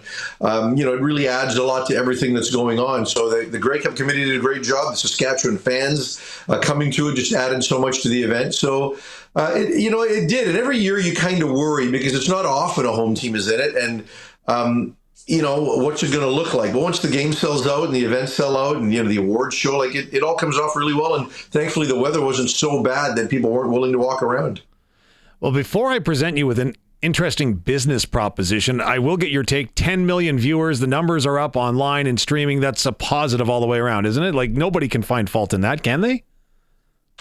No, and 4 million on TV that watched, that was kind of our average viewing audience. And that's up from last year. And it continues to trend up in the post-COVID era. The Grey Cup is still a really, really important event in Canada. So, I think he's also cinematic, presentations that they do. And I just think people are investing a lot more in content, and that comes out in more people being engaged with the Grey Cup. Okay, now for the business opportunity. I think if you wanted to line your pockets, you should sell the seat next to you and Dave Naylor at a Grey Cup because it is worth every penny hearing your analysis as the game goes on. It was great. I was absolutely captivated listening to your ideas and then also backing and supporting some of the ideas I had. But your takeaways from the game as a whole. It was good, and look, I've said on this show, much to the chagrin of Barney, that I picked Montreal to beat Saskatchewan in the Grey Cup at the start of the year. And then I picked them that way at the start of the playoffs. And then 2 days leading up to the event, I flipped my pick. And it was primarily because of Davis Alexander's injury. Al's get off to a flying start early, but then Saskatchewan comes back, gets a bunch of points, takes a big lead, and then it kind of felt like some of those, from 12 years ago when these two teams played, where it was kind of Montreal that hung around long enough to get back in the game and make a big play at the end. And, they hung around again and they were able to get some things going in the fourth quarter. And Davis was able to summon everything he had, given the fact he wasn't playing at 100%. And, an epic play to really be the decider with that fumble by Shea Patterson down near the goal line. And, it was an entertaining game, right? And I'm glad Trevor Harris won. I didn't want him to be, that greatest ever that didn't win one because I think he's too good of a player, too good of a leader, and too good of a person for that. And, Rider Nation, who thinks the entire CFL world is against them, what do you have to say now? Said emphatically by Farhan Lalji from TSN. Okay. I don't know what it was. I scrolled the messages And it wasn't the Riders, the Montreal messages. The one that stands out is there's a lot of people in Montreal right now that are upset with Jason Moss, thinking that he should have never, ever started Davis Alexander. Your reaction? I haven't seen that yet. I think that would be a ridiculous take from any fan. Davis Alexander at 75% is light years better than McLeod Bethel Thompson at the current stage of his career and Shea Patterson at the current stage of his career. I'm sorry. We saw in the middle of the season when the Owls didn't have Davis Alexander, that was not a functional football team. Right? Like they needed to get Davis Alexander back, or heck, they could have even missed the playoffs the way things were going. So even at not 100%, he gave them the best chance to win and almost willed them across the finish line at the end of it all, right? It wasn't his fault there was a fumble. To be honest, the 2-yard line, I personally thought they should have kept Davis in and get Stevie Scott the ball instead of putting it in Shea Patterson's hands. So if you want to criticize there. But the fact that someone thinks Davis shouldn't have played, ridiculous. Okay, my French isn't what it used to be, but trying to read between the lines, there is a sentiment that perhaps the Saskatchewan Roughriders did not win the Grey Cup. The Montreal Alouettes lost the Grey Cup. No, I'm not going there. Saskatchewan played really well. They showed how good and how physical their defense was, how their offensive line was, how complete they were offensively. AJ Ouellette, big factor in the first half. Sam Emilus played fantastic. All the receivers contributed. You can make the case that the injury impacted the game, but it's not like Montreal, the fumble aside, it's not like Montreal handed this game to Saskatchewan. Saskatchewan led for big chunks. Now, Trevor Harris almost threw that pick at the beginning. Who was it, Ento? I can't remember who it was that dropped it. Ento, yeah. So there's that moment, and there's the fumble, and that's fair. But, when you look at the time of possession and you just follow the game flow from start to finish, I don't think the Riders should be apologizing for anything. They earned it. They won it, and injuries are a part of it. Well, you kind of alluded to it, Farhan, that you just can't be happy in Saskatchewan because the talk is already started, or maybe it's the worry that's already started that perhaps Trevor Harris is going to hang up his cleats at the age of 39. You don't see it? Not happening. Having talked to him during the week, he didn't say to me, I'm 100% returning. So I don't want to misrepresent that. But just from our conversations and from, I know him pretty well, and this is the best football he's played in his career, right? Like the game has slowed down for him at such a level and his body is able to keep up. Why would you stop now, right? Gets paid pretty well, right? He'd probably make $500,000. I don't know what he's going to get doing that right out of the gate. Like you make this as long as you can. And if you can sign another 1 or 2 year deal, I fully expect Trevor Harris to be back at quarterback for the Riders next year. So then what would you expect behind him? Do we see Jake Mayer? Do we see Tommy Stevens? Do we see Jack Cohn? Yeah, look, I think Jake Mayer is a pretty solid option, right? Like, I don't know that there's a better backup in the league, right, in terms of high floor, low ceiling, right? Like, you kind of know what you're going to get. He can get you through a game. He can get you through a month, right? I think he's a solid quarterback. I think people have concerns about the upside, right, in terms of deep ball passing ability and consistency over the years, but and most people just view Tommy Stevens as a short yardage fall forward guy, right? Like they don't view him as a future quarterback. So, have you seen enough in Jack Cohn to decide you want to elevate him over Mayer? I would probably say no. Like when I look around the league, the next one in terms of young talent that I think could eventually be a championship level starter, I would say that would probably be Taylor Powell in Hamilton. And then I think the other really, really solid quarterback that should make a fan base feel comfortable, not necessarily as the guy of the future, but as the guy that now, if needed, because you got an aging starter, I think it's Jake Mayer. As you look to Toronto, speaking of quarterbacks, will a former Saskatchewan Roughrider quarterback become the head coach of the Argonauts? Or is that maybe not the blueprint anymore for success when you look what guys like Ryan Dinwiddie and Corey Mace, the younger guys, have done when they get that opportunity? When Wally Buono came from Calgary to BC, Wally realized, he said to me, he goes, I understood that my job was more than just winning games. I needed to make sure that we played a certain brand of football, that fans were in the seats, that I represented the brand. It was about more than simply winning. And I'm not sure that the Toronto Argos should be going down the Ken Austin road. Now, I'm not saying they're not going to, right? Like, it could go that way. But, when they took a chance and hired Ryan Dinwiddie, who didn't even have head coaching experience, he didn't have play calling experience outside of like a couple games in Montreal. Like, they took a leap of faith. It worked great for them. Oh, how about the Saskatchewan Roughriders, who took a shot on Corey Mace as a first-time head coach and hit that one out of the park? I would like to see whether it's Mike Miller or Pete Castan. Actually, the guy I'd love to see take that job was Orlando Steinauer, because I think he's a winner. He's coached. He builds character. You know what you're going to get. I would hope they would go that way, but they would if Orlando wants to do it. We don't know that yet. But I'd rather them take a chance on some young guy who kills the interview than go out and retread Ken Austin. That's just my opinion. Ryan Dinwiddie's in Ottawa now. How much turnover on that roster? Some, like their offensive line needs to get better, I think. And some of their team is hard to gauge just because of the injury factor, right? Like they lost a lot of guys, especially on the offensive side. I looked at the receiving corps coming into the year, wasn't sure how good it was, but I don't want to say it was not good because it just never came together in its fullness, right? So, I think the organization needs depth. I think they need to upgrade their Canadian talent.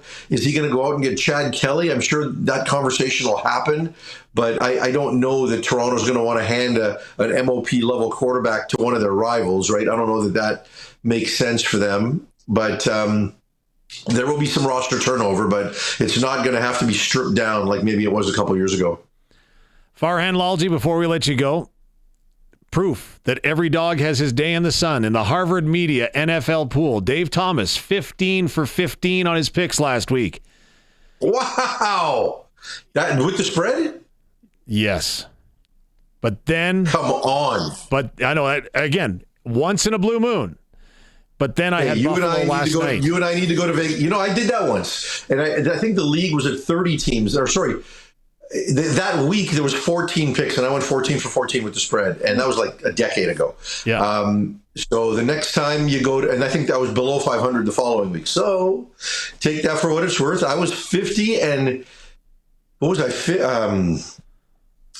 I was like 70% this year on my CFL picks during the season with the spread. So that included the playoffs. So I don't know, maybe, but either way, I'm going to Vegas with you the next time we want to bet NFL.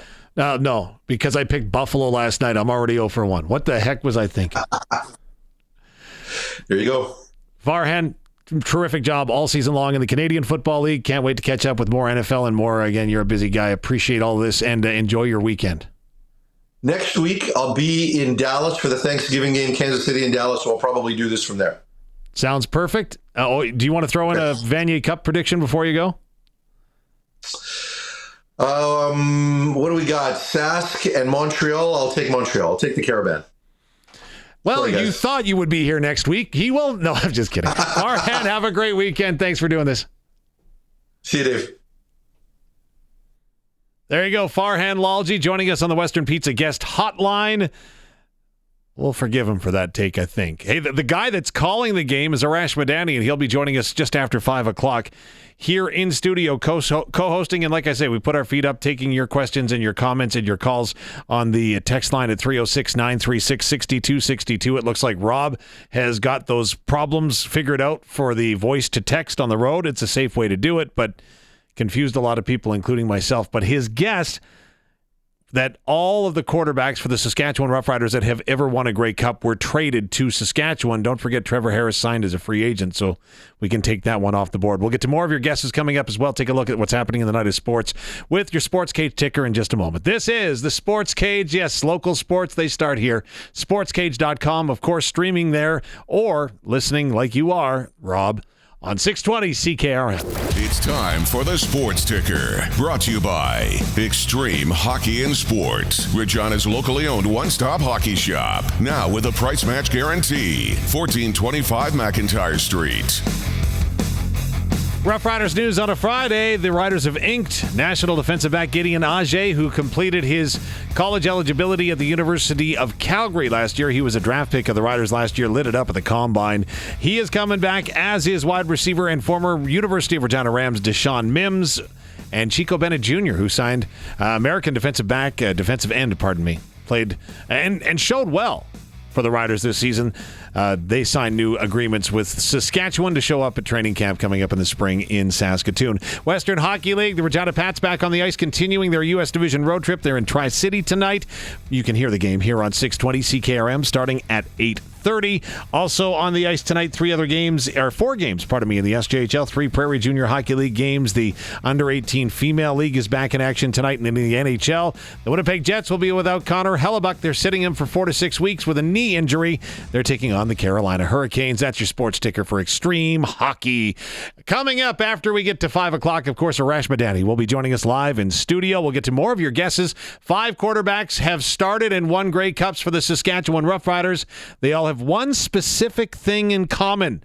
What is it? Looking for the smartest person in Rider Nation here on a Mail It In Friday at 306-936-6262. That is the Prairie Land Rentals text line.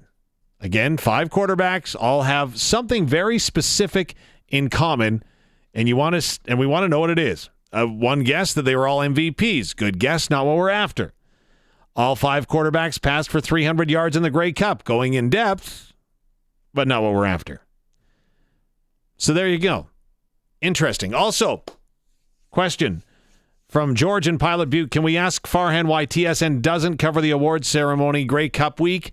And I don't have to ask Farhan. It is a TSN Plus event. So they stream it, but they don't broadcast it. I understand the disappointment, sir. And for the others that are asking about Corey Mace being the Coach of the Year award was not handed out at the award ceremony. That is the Players' Awards. Coaches of the Year is going to be handed out during Combine Week. There you go. Much more coming up. It is the Sports Cage at sportscage.com and 620 CKRM. It is a Friday. We're mailing it in. Don't tell Barney. It's Dave Thomas in for Barney Shankaruk. Tegan Whitco's off today. We're sitting back and giving it to you, Saskatchewan. You've got questions. We want to find the answers from all of our guests because we didn't do any homework. That's the way it rolls, and that's what's happening today. Also, we have guests that are doing their homework when it comes to the text line at 306-936-6262. The question of the day as we search around the globe, and actually I think we're now going to expand it to not just a global search for the most knowledgeable Saskatchewan Roughrider fan. We're actually going to go ahead and expand it to the entire universe. So this thing has come galactical. The question is, there are 5 quarterbacks in Saskatchewan Roughrider history. There's one specific thing that they have in common for those that have won a Grey Cup championship as a starting quarterback. Of course, Trevor Harris joined that exclusive club this week. We want to know what that thing is. Again, from their age to their statistics, have all been great guesses, but it's not what we're after at all. We even have that nothing was bad said about them before going into the game. That's reaching, and it's nowhere near it. Or, if you want bad answers, maybe the fact that they're all over 6'3". Not quite for Darian Durant. Just throwing that out there. We'll get to more of your thoughts coming up in just a little bit, but we are mailing it in. It is Nelson Holmes that are proud to bring you the Sports Cage here on this Friday, and we are pleased. I'm extraordinarily happy to share the studio with the man that has got a busy weekend ahead when it comes to the Vanier Cup. The one, the only, Arash Madani is here in studio on a Friday. We were mailing it in, but you didn't have to. No, I am thrilled to be here. It's good to be back in the studio. I was here in late August, was it, Curtis? Whenever it was. Something like that, yeah. Great to be back in Regina. Great to be back for Vanier Cup. I'm pumped for tomorrow. I think it's going to be a hell of a national championship game. Just the second time that it's been held west of Toronto. No, third time, right? Really? So BC, Saskatoon, and Regina. Okay. So this is a rarity, but I don't think you could have asked for any better weather. I couldn't ask for any better weather. I spoke with the Carabin kicker, Carabin returner, and they were floored. Like they were expecting wind gusts and the flags to be flying, blah, blah, blah. It's going to be really good football weather, and which to me is advantage Huskies because they come into this thing with a backup quarterback. They've turned into more of a running offense with Anton Ammonrud out. So I just think that's going to help the University of Saskatchewan a little bit. I think if it was going to be gusty, I think if the conditions were going to be a real factor, I think that would have been a problem. But I think this helps even it out a little bit more for a backup quarterback going up against the National Rookie of the Year. See, that's something you don't hear when you're talking about a Saskatchewan team. Sure. You would think the more Saskatchewan the weather is, the more advantage they would have. Yeah, but things aren't pleasant at Quebec either. Things aren't pleasant, so, but it's been, what a wild What a wild ride. I will say this, that to me there are, and this is no disrespect to the Rams, but to me there are 3 powerhouse programs in the country right now. Mm-hmm. It's the Huskies, it's Laval, it's Montreal. And then I would put the Rams in a second tier right there with Queens, that got to a national bowl game. So it's good that like 2 of the powers, Montreal won a Vanier 2 years ago. The Huskies have been knocking on the door for the last number of years, and they get another shot at it tomorrow.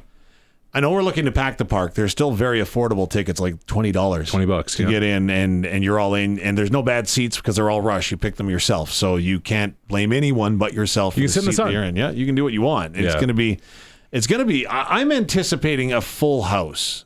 As far as we're going to see 10, 11, 12,000. I hope so. I think there's going to be a lot of green coming down the street. Mm-hmm. I think there's going to be a lot of green from around the city, just kind of basking in this week-long football thing. I think the weather is going to help. And this is really meaningful for some of the Huskies vets. Like, Dave, you were at the banquet last night. Seth Hundeby, a guy who grew up in Saskatoon, still lives at mom and dad's house, 5th year, National Defensive Player of the Year, always wanted to play at U of S. His mom was a basketball player at U of S. Yeah. Thought about going to Queens because engineering. Yeah. Didn't. Riker Frank, all-time leader in school history and touchdown rushes, 5th year running back. Guy who's homegrown. On and on we can go. Jake Farrell, now the backup quarterback. The rally there, Daniel Weep, 1st-round pick of the Riders, and, everything that he kind of represents. And they're all rallying around their quarterback, Anton Ammonrud, who has been diagnosed with lymphoma, another rare condition. And that's a real thing. Like, I have in my pocket... Drum roll, please. Okay. It's a receipt, isn't it? You're going to try to submit that. Right. I got some receipts, and I also have somewhere.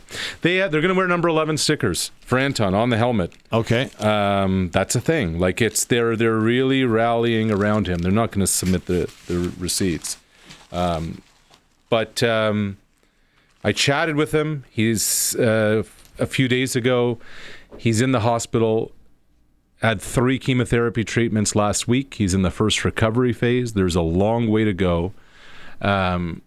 Curtis, do we have the photo? For those watching on the stream, I thought this was incredible. So the Huskies win the Hardy Cup. They win the Canada West Championship game. And afterwards, Riker Frank and Nathan Jewell, 2 vets, Riker's Anton's roommate. Yeah. They go visit him in the hospital. They get a gown on, they get a mask on, they get gloves on because Anton's so immunocompromised right now, and they deliver him a Canada West Champions hat and a gold medal. And Anton told me this week, he's just like, man, he's like, mentally I'm in good spirits because I still feel like I'm part of this. Like, I got 90 brothers looking out for me. Guys are coming to visit after practice. They're telling me what's happening on the field, what's going on in the locker room. He still feels connected to the whole thing. And he said, you can't believe just how much that kind of has lifted me and helped me through all this. He's still texting with Jake Farrell, who's taken over the starting job. And while Anton's going through what he's going through. And just so many words of encouragement. You've got this. They talk a little ball also. So it's just an incredible kind of story. And all of this happened out of nowhere. Anton's on his way to winning the Heck Crichton as the National Player of the Year. Starts feeling unwell week 5 against the Calgary Dinos. And all of this has kind of happened for a 23-year-old young man. We're going to have more on that. Mm-hmm. I want to get your take on that. A good omen, if you will, for the Saskatchewan community when it comes to the matchup this weekend that's actually going to take place on the field. We got to talk a lot. You're kicking back for an hour, right? Yeah, absolutely. And nothing but time. If anybody's got a question, you can go ahead and weigh in. Yeah. Again, I told you Barney's gone, so we're not doing any work. Hallelujah to that. Yeah. So yes. I'm not going to get into any other comments on that. But you can weigh in. Of course, the text line is open at 306-936-6262. The Western Pizza guest hotline is in person with Arash Madani for the hour as we wrap up another week on the Sports Cage. We do need to head out to Leroy and check in with Cody Glyden. We're going to do that in just a moment. Again, more of you coming up, Saskatchewan, whether you're chatting with us on YouTube, on the text line, or you want to give us a call. Rob is working his way through the voice-to-text situation. We'll update that in a moment.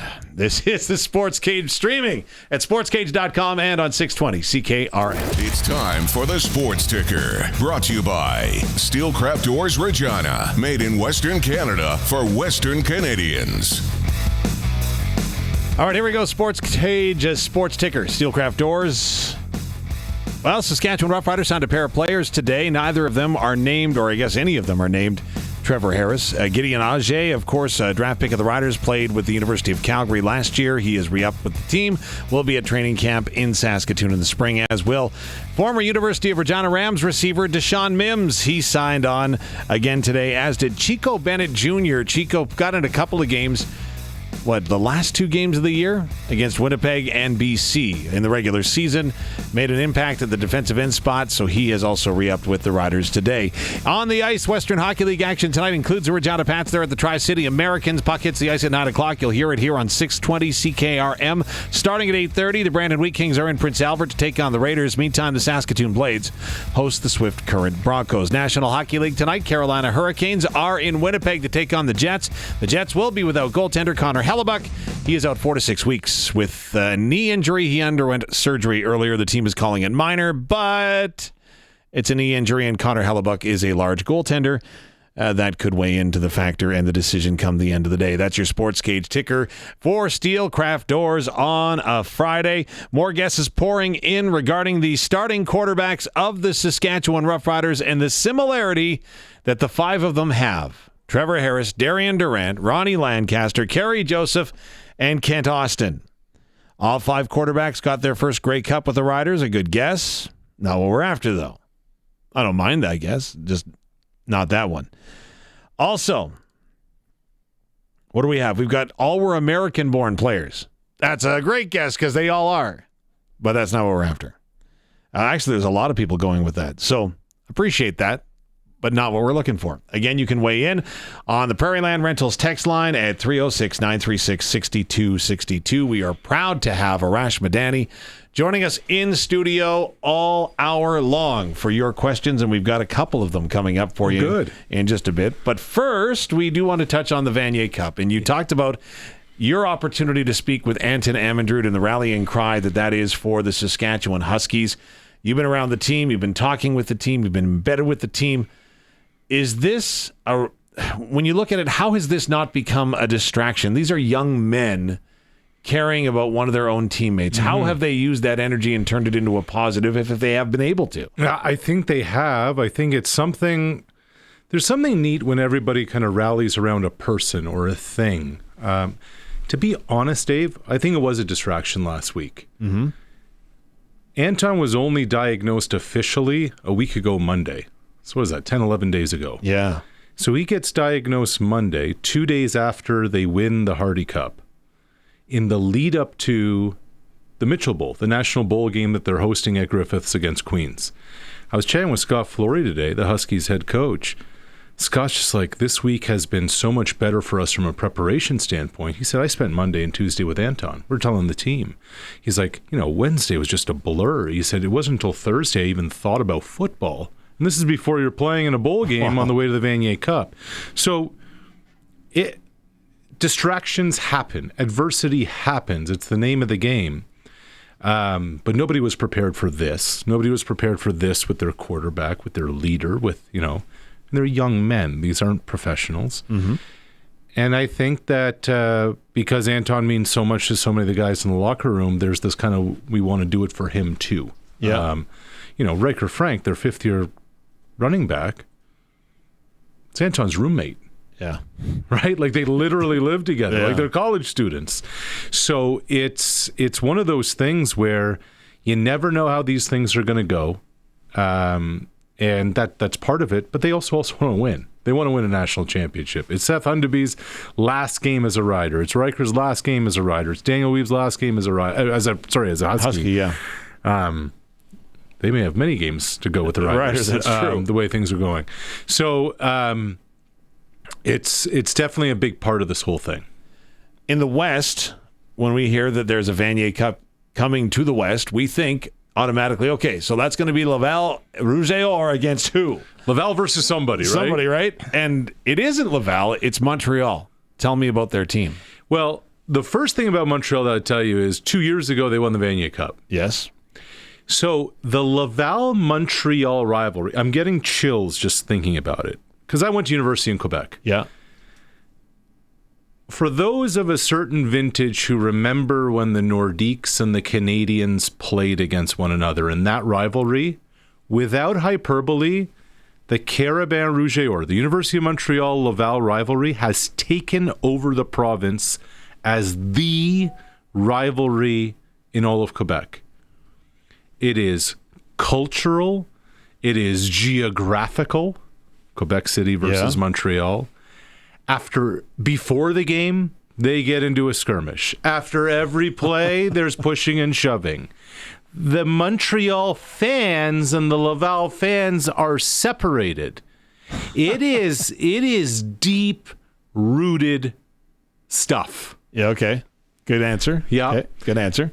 And when you get out of that, you've been through the ringer. Like, Dave, the game in Quebec City when Laval hosted Montreal this year, regular season game, they put more than 21,000 people in the stadium. Wow. Okay. Wow. Yeah. 21. So, wow. Okay. So this, and so, you know, when Laval's the best in Montreal, it's like, we got to compete with these, with our rivals. So they come in, you know, they win the Vanier in 23. Laval wins it last year. Now Montreal's back in another national championship game.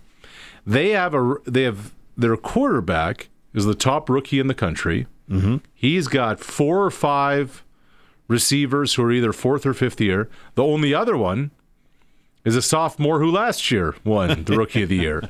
They have a bunch of running backs. Their main one is a senior.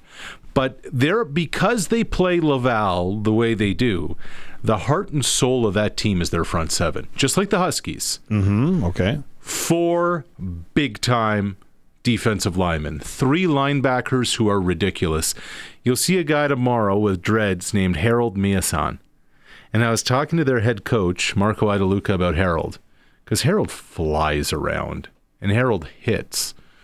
And Marco's line about Harold was, when he hits to punish. I'm like, oh.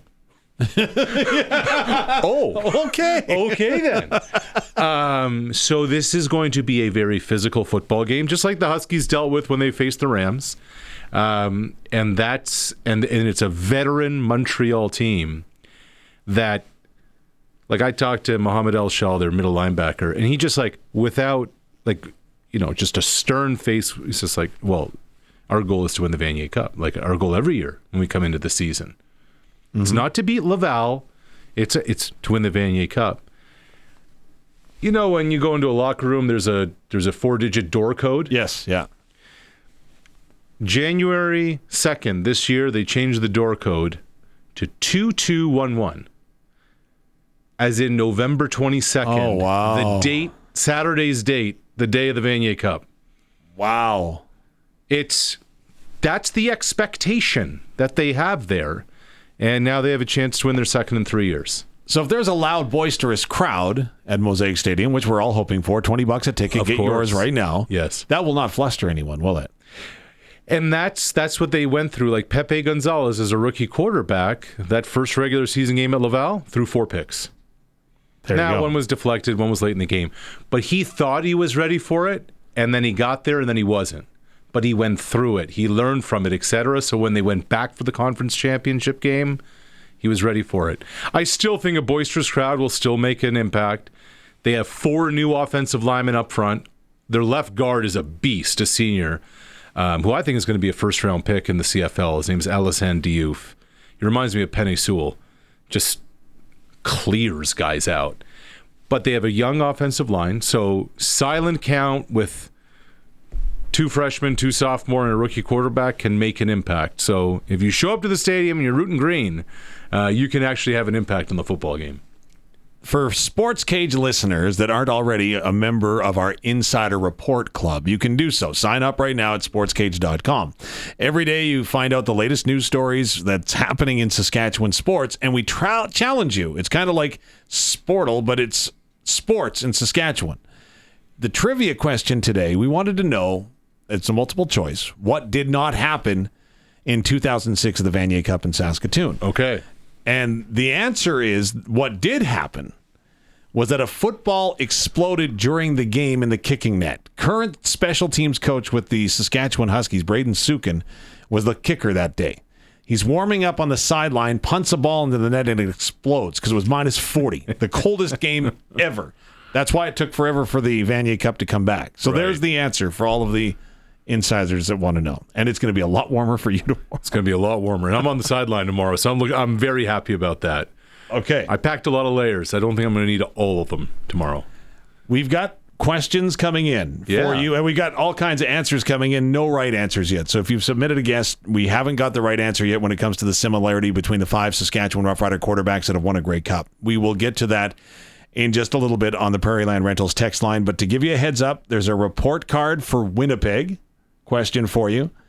There is a World Cup of Soccer question for you. I like it. I don't know. Have we ever had one of those, Kurt? I don't know. Yeah, I don't think so. No. Okay. Question about that coming up as well. We're going to talk Blue Jays. Question from me, selfishly. Yes. We'll do all that coming up on the Sports Cage. Of course, we do have to get back to Leroy. That's where Cody Glyden is. Time is running out to get a ticket. Don't miss out on your opportunity, and don't miss out on your opportunity to ask Arash a question, whether that's on our YouTube chat or at 306-936-6262. Back after a break. This is the Sports Cage, streaming at sportscage.com and on 620 CKRM. 25 minutes to go. The best part of that break was when the mic was off. See? I told you, we're mailing it in on a Friday. It's Dave Thomas in for Barney Shankaruk, Tegan Whitco, and taking your guesses what the 5 quarterbacks have in common. All had 1,000-yard accompanying backs. That's a deep, deep guess. It's not right, but it is a deep you admire guess. the guess. I do. So, yeah, that's where we're at here on this Friday afternoon. Arash Madani has been kind enough to join us in studio, of course, preparing for the Vanier Cup. That is going to be held tomorrow at Mosaic Stadium, 1 o'clock kickoff. Saskatchewan Huskies taking on the Montreal Carabins. Mm-hmm. By the way, is there a favorite in this game?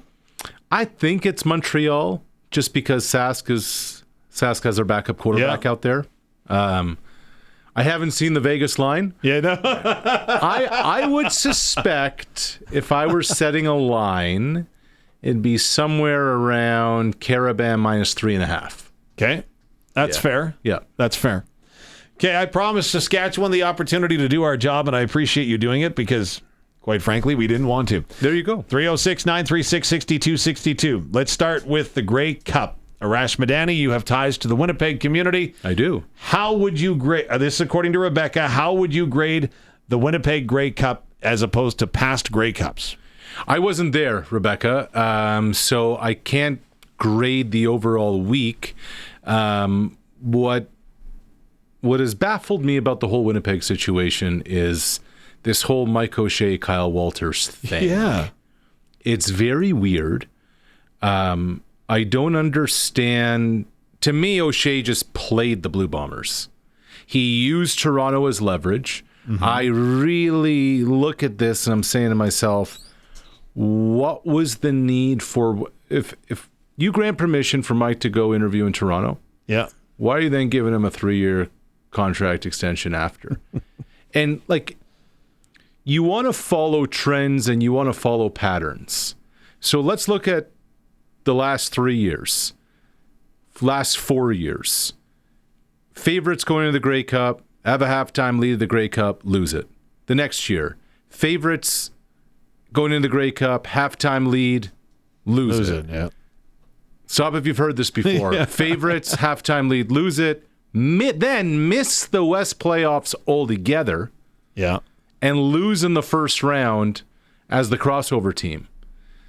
So, like, this is not trending upwards with a veteran team that's longer in the tooth. I think they're going to try and run a lot of this back. I don't get it. So I didn't answer your question, Rebecca, because I wasn't there, but that's my thought on the whole Winnipeg thing.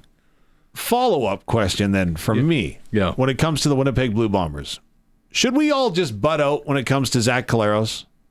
Again, Zach, if he wants to play, is physically able to play, is cleared to play, who are we to say that he should not be playing, and or Winnipeg thinking of a different option, which I'm not sure that is Terry Wilson behind him. Or, sorry, there is Chris Strevler. I didn't mention Chris. Yeah, he's coming off an ACL, so who knows where he's going to be. Look, Zach's a grown man with a family, with kids. He knows the dangers. He knows what's ahead, and he's choosing to do this. So, yeah. The other part of this is, and when it's connected to the whole O'Shea thing, Mike O'Shea promoted Jason Hogan to be the offensive coordinator. It was a disaster from the jump. Yeah. Zach basically came out and said from training camp on, it was off. And then you go into a playoff game on the road in November outdoors against an Alouette defense that's without Mustafa Johnson, that's without Sean Oakman. They're your two defensive tackles. The middle of that defensive line is out. You have Brady Oliveira, the reigning most outstanding player in the league, and you hand the ball off 8 times? That's coaching malpractice, Dave. And I wonder, Zach's back, O'Shea's back. I wonder if Zach knocks on Mike O'Shea's door and says, hey, Tommy Condell is not returning to the Ottawa Redblacks. Ryan Dinwiddie's there. He's going to call the offense. Condell and Collaros got along extremely well when Collaros was a Tiger Cat. Condell was the play caller in Hamilton then. Is Condell the next OC in Winnipeg? That's something I wonder about. Interesting. Okay, staying with the CFL, Neil, Arash, I appreciate your insights and what you can give us from behind the scenes. Do you think Trey Ford will take another snap at quarterback in the Canadian Football League? Absolutely. I don't know if he's going to take another snap with the Edmonton Elks. I think the time there is done. I think, talk about leverage, Cody Vichardo's got a lot of it. And here's the thing, sorry, what was the name of the... Neil. Okay, so Neil, let's just step aside right now from the CFL for just a moment. Look at the quarterbacks in the NFL that are having a ton of success right now. Daniel Jones on his 3rd team with the Indianapolis Colts. Mm-hmm. Sam Darnold on his 4th team right now with the Seattle Seahawks. Baker Mayfield with his 4th team right now in the Tampa Bay Buccaneers. We are expecting these young guys to come in and instantly deliver. This isn't Folgers. This is not instant coffee.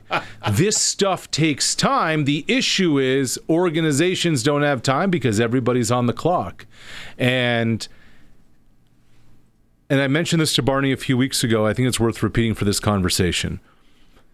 People I talked to a little over a year ago, and by a little over is like 12 plus to 13 months ago, who were interviewing for the Elks GM job and we're interviewing for the Elks head coaching job.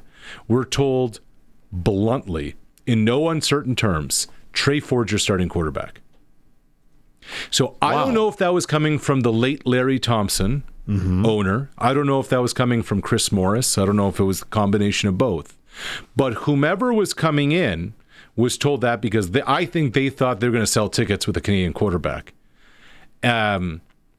Obviously, Larry has passed away. Obviously, it didn't work out with Trey Ford in the short term. So I think Trey Ford's going to get another shot. I just think his time in Edmonton's probably come to an end. Who's the next head coach of the Toronto Argonauts? No clue.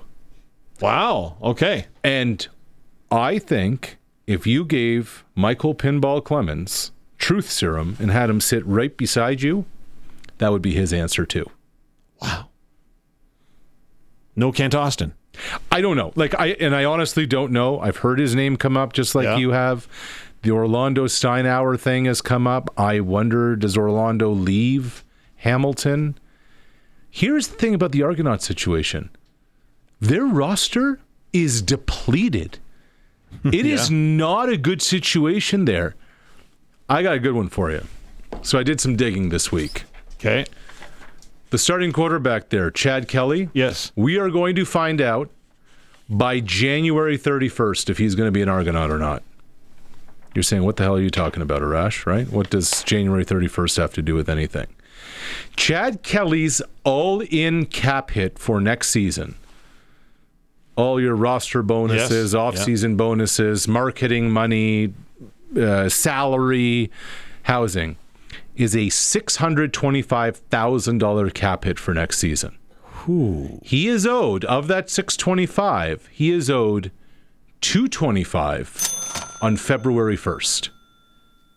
And there you go. So the decision has to be made. Do you cut him? Do you keep him? Do you trade him? The team that would love to have him is down the street in Ottawa. Yeah. But I am quite certain that the Argonauts want nothing to do with trading Chad Kelly to Ryan Dinwiddie. Yes. I wonder, I look at that 225, 625. You don't have an offensive line. You lost your pass rush in free agency. You haven't had a scouting department in I don't know how long. Your general manager has no idea what half the names on your roster even is. Does it make sense to keep Chad Kelly? It's not like he sells tickets, because nobody sells tickets in Toronto. So that's why Jan 31 is a big day in the CFL off-season calendar, because the 225 is owed to Chad on Feb 1. Okay. Was there bitterness? I knew I had to come here with something for you, Dave. I love that. I love that. So I figured I'd come with that. Okay. Heather from Ottawa is listening today. Wants to see if she is the smartest Rider fan. Maybe too late, but that is not the right answer, that they only won one Grey Cup. That is not the correct answer that we're after when it comes to the 5 quarterbacks that all have something in common. But it's a great answer, but it is not what we are after today. But speaking of Ottawa, is there bitterness from the Red Blacks towards the Argonauts? Of course there is. But when it comes to Ryan Dinwiddie and the way the hiring happened? No, there shouldn't be. Look, the Toronto Argonauts had Ryan Dinwiddie under contract for another year. Mm-hmm. They granted the Red Blacks permission, and effectively the Argonauts decided that Ryan Dinwiddie wanted to move forward in a direction as head coach with a different GM, and he wanted John Murphy out of there. And the Toronto Argonauts decided that we're better off with Michael Clemens and John Murphy than we are Ryan Dinwiddie. So good luck to you. Wow. Good luck to you. Travis on the Prairie Land Rentals text line at 306-936-6262. Hey, Arash, welcome back to Regina, next year's World Cup. How do you Travis? Think, I knew you'd love this. I love it. I knew it was coming. How do you think Canada can go in this tournament? How do you think they will do, I think, perhaps? Obviously, a lot depends on the draw, but now with the expanded World Cup and more third-place teams making it into the knockout round, is the round of 16 reachable? Quarterfinal? Question mark. If they're healthy, Travis, if the pool ends up okay, if they have a shot. There's so many questions. There's a long way to go still. I mean, it's November. This thing gets started June 12th. What's their goalkeeping situation going to be? How's Alfonso going to respond coming back? What's Bombito's situation after the injury? On and on it goes. Dave, I know nobody thinks about soccer that much in these parts. I am telling you, June 12th, 2026, this magic fairy dust spell is going to sprinkle across the country, and people are going to get interested out of nowhere. It's almost like the Vancouver 2010 Olympics, where nobody cared and then suddenly everybody did. It was almost like the Blue Jays in late September. We weren't talking about them. By late October, everybody had an opinion. The same thing's about to happen. Travis, I can set a pathway for this team to reach the quarterfinals, and I can set a pathway for this team to bomb out in the group stage.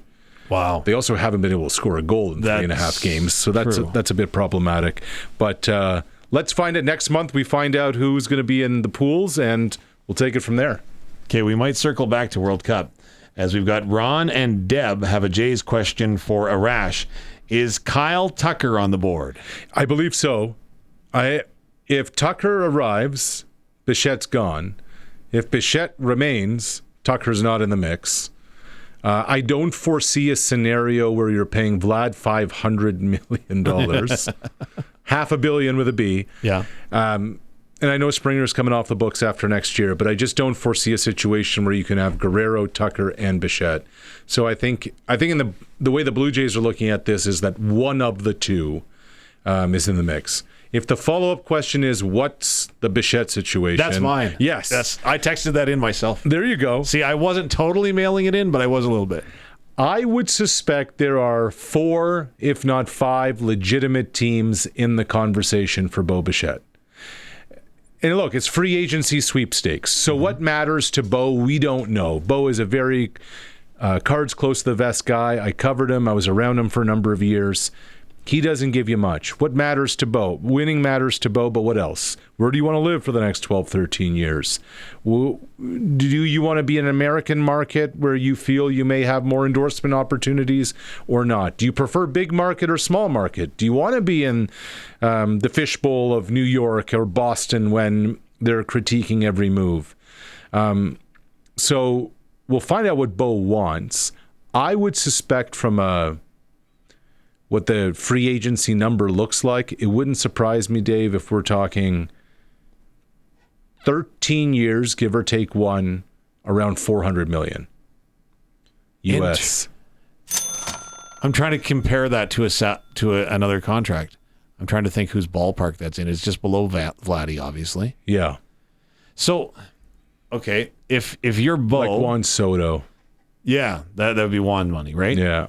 So obviously you've been on that turf with the Toronto Blue Jays. Sure. I love the job, man, that you do with the stories you told were spectacular. I appreciate it. Fanboying out here.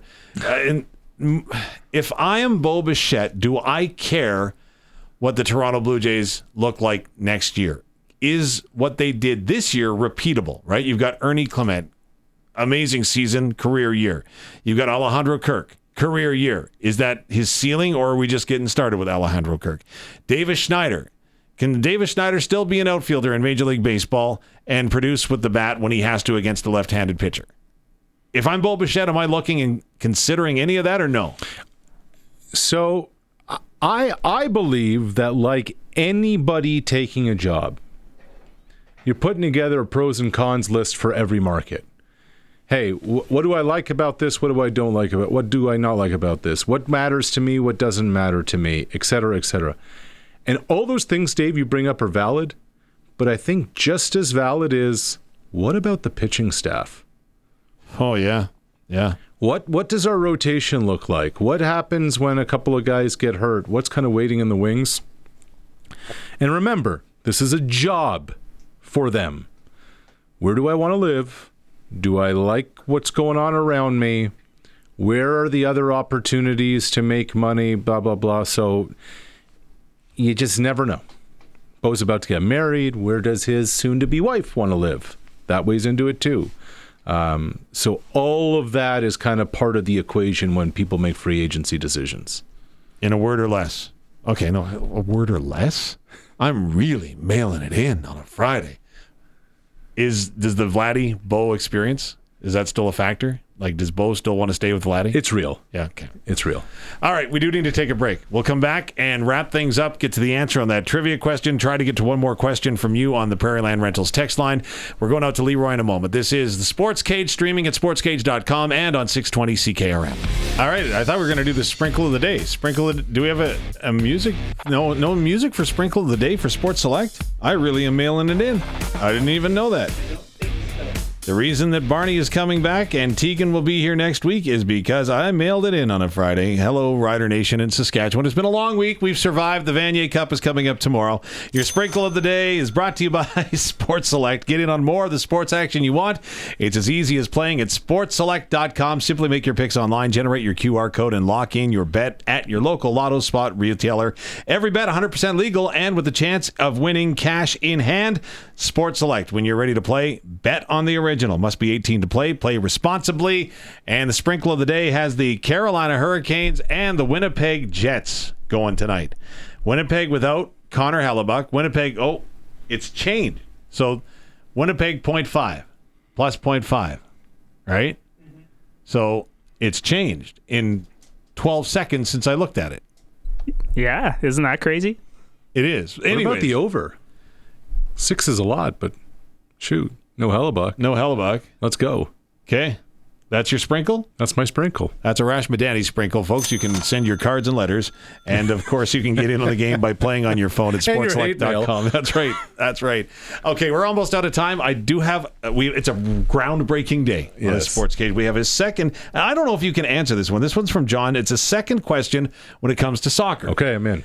Soccer going to be hosted in Canada. Where will it be a bigger success in the World Cup, either in Vancouver or Toronto? Vancouver, because Toronto's stadium situation is a disgrace. You've been to BMO Field. Yeah. The world is coming. The opening match of the World Cup is going to be in Canada, in Toronto, at a stadium that look like, to a lot of Americans, are like, this is like a high school stadium where we are. Yes, think about some of these stadiums around the world, 80, 90, 100,000 people, and BMO, at least BC Place feels like a big-time stadium. When we were there for Grey Cup last year, they were already doing renos and getting it ready for the World Cup, so I'd say Vancouver. I believe they're putting grass in. They have to. In Vancouver. They already have it in Toronto. They have to. It is a mandate, a FIFA mandate for a men's World Cup. So if they can put grass in BC Place, why can't they put grass in Rogers Centre?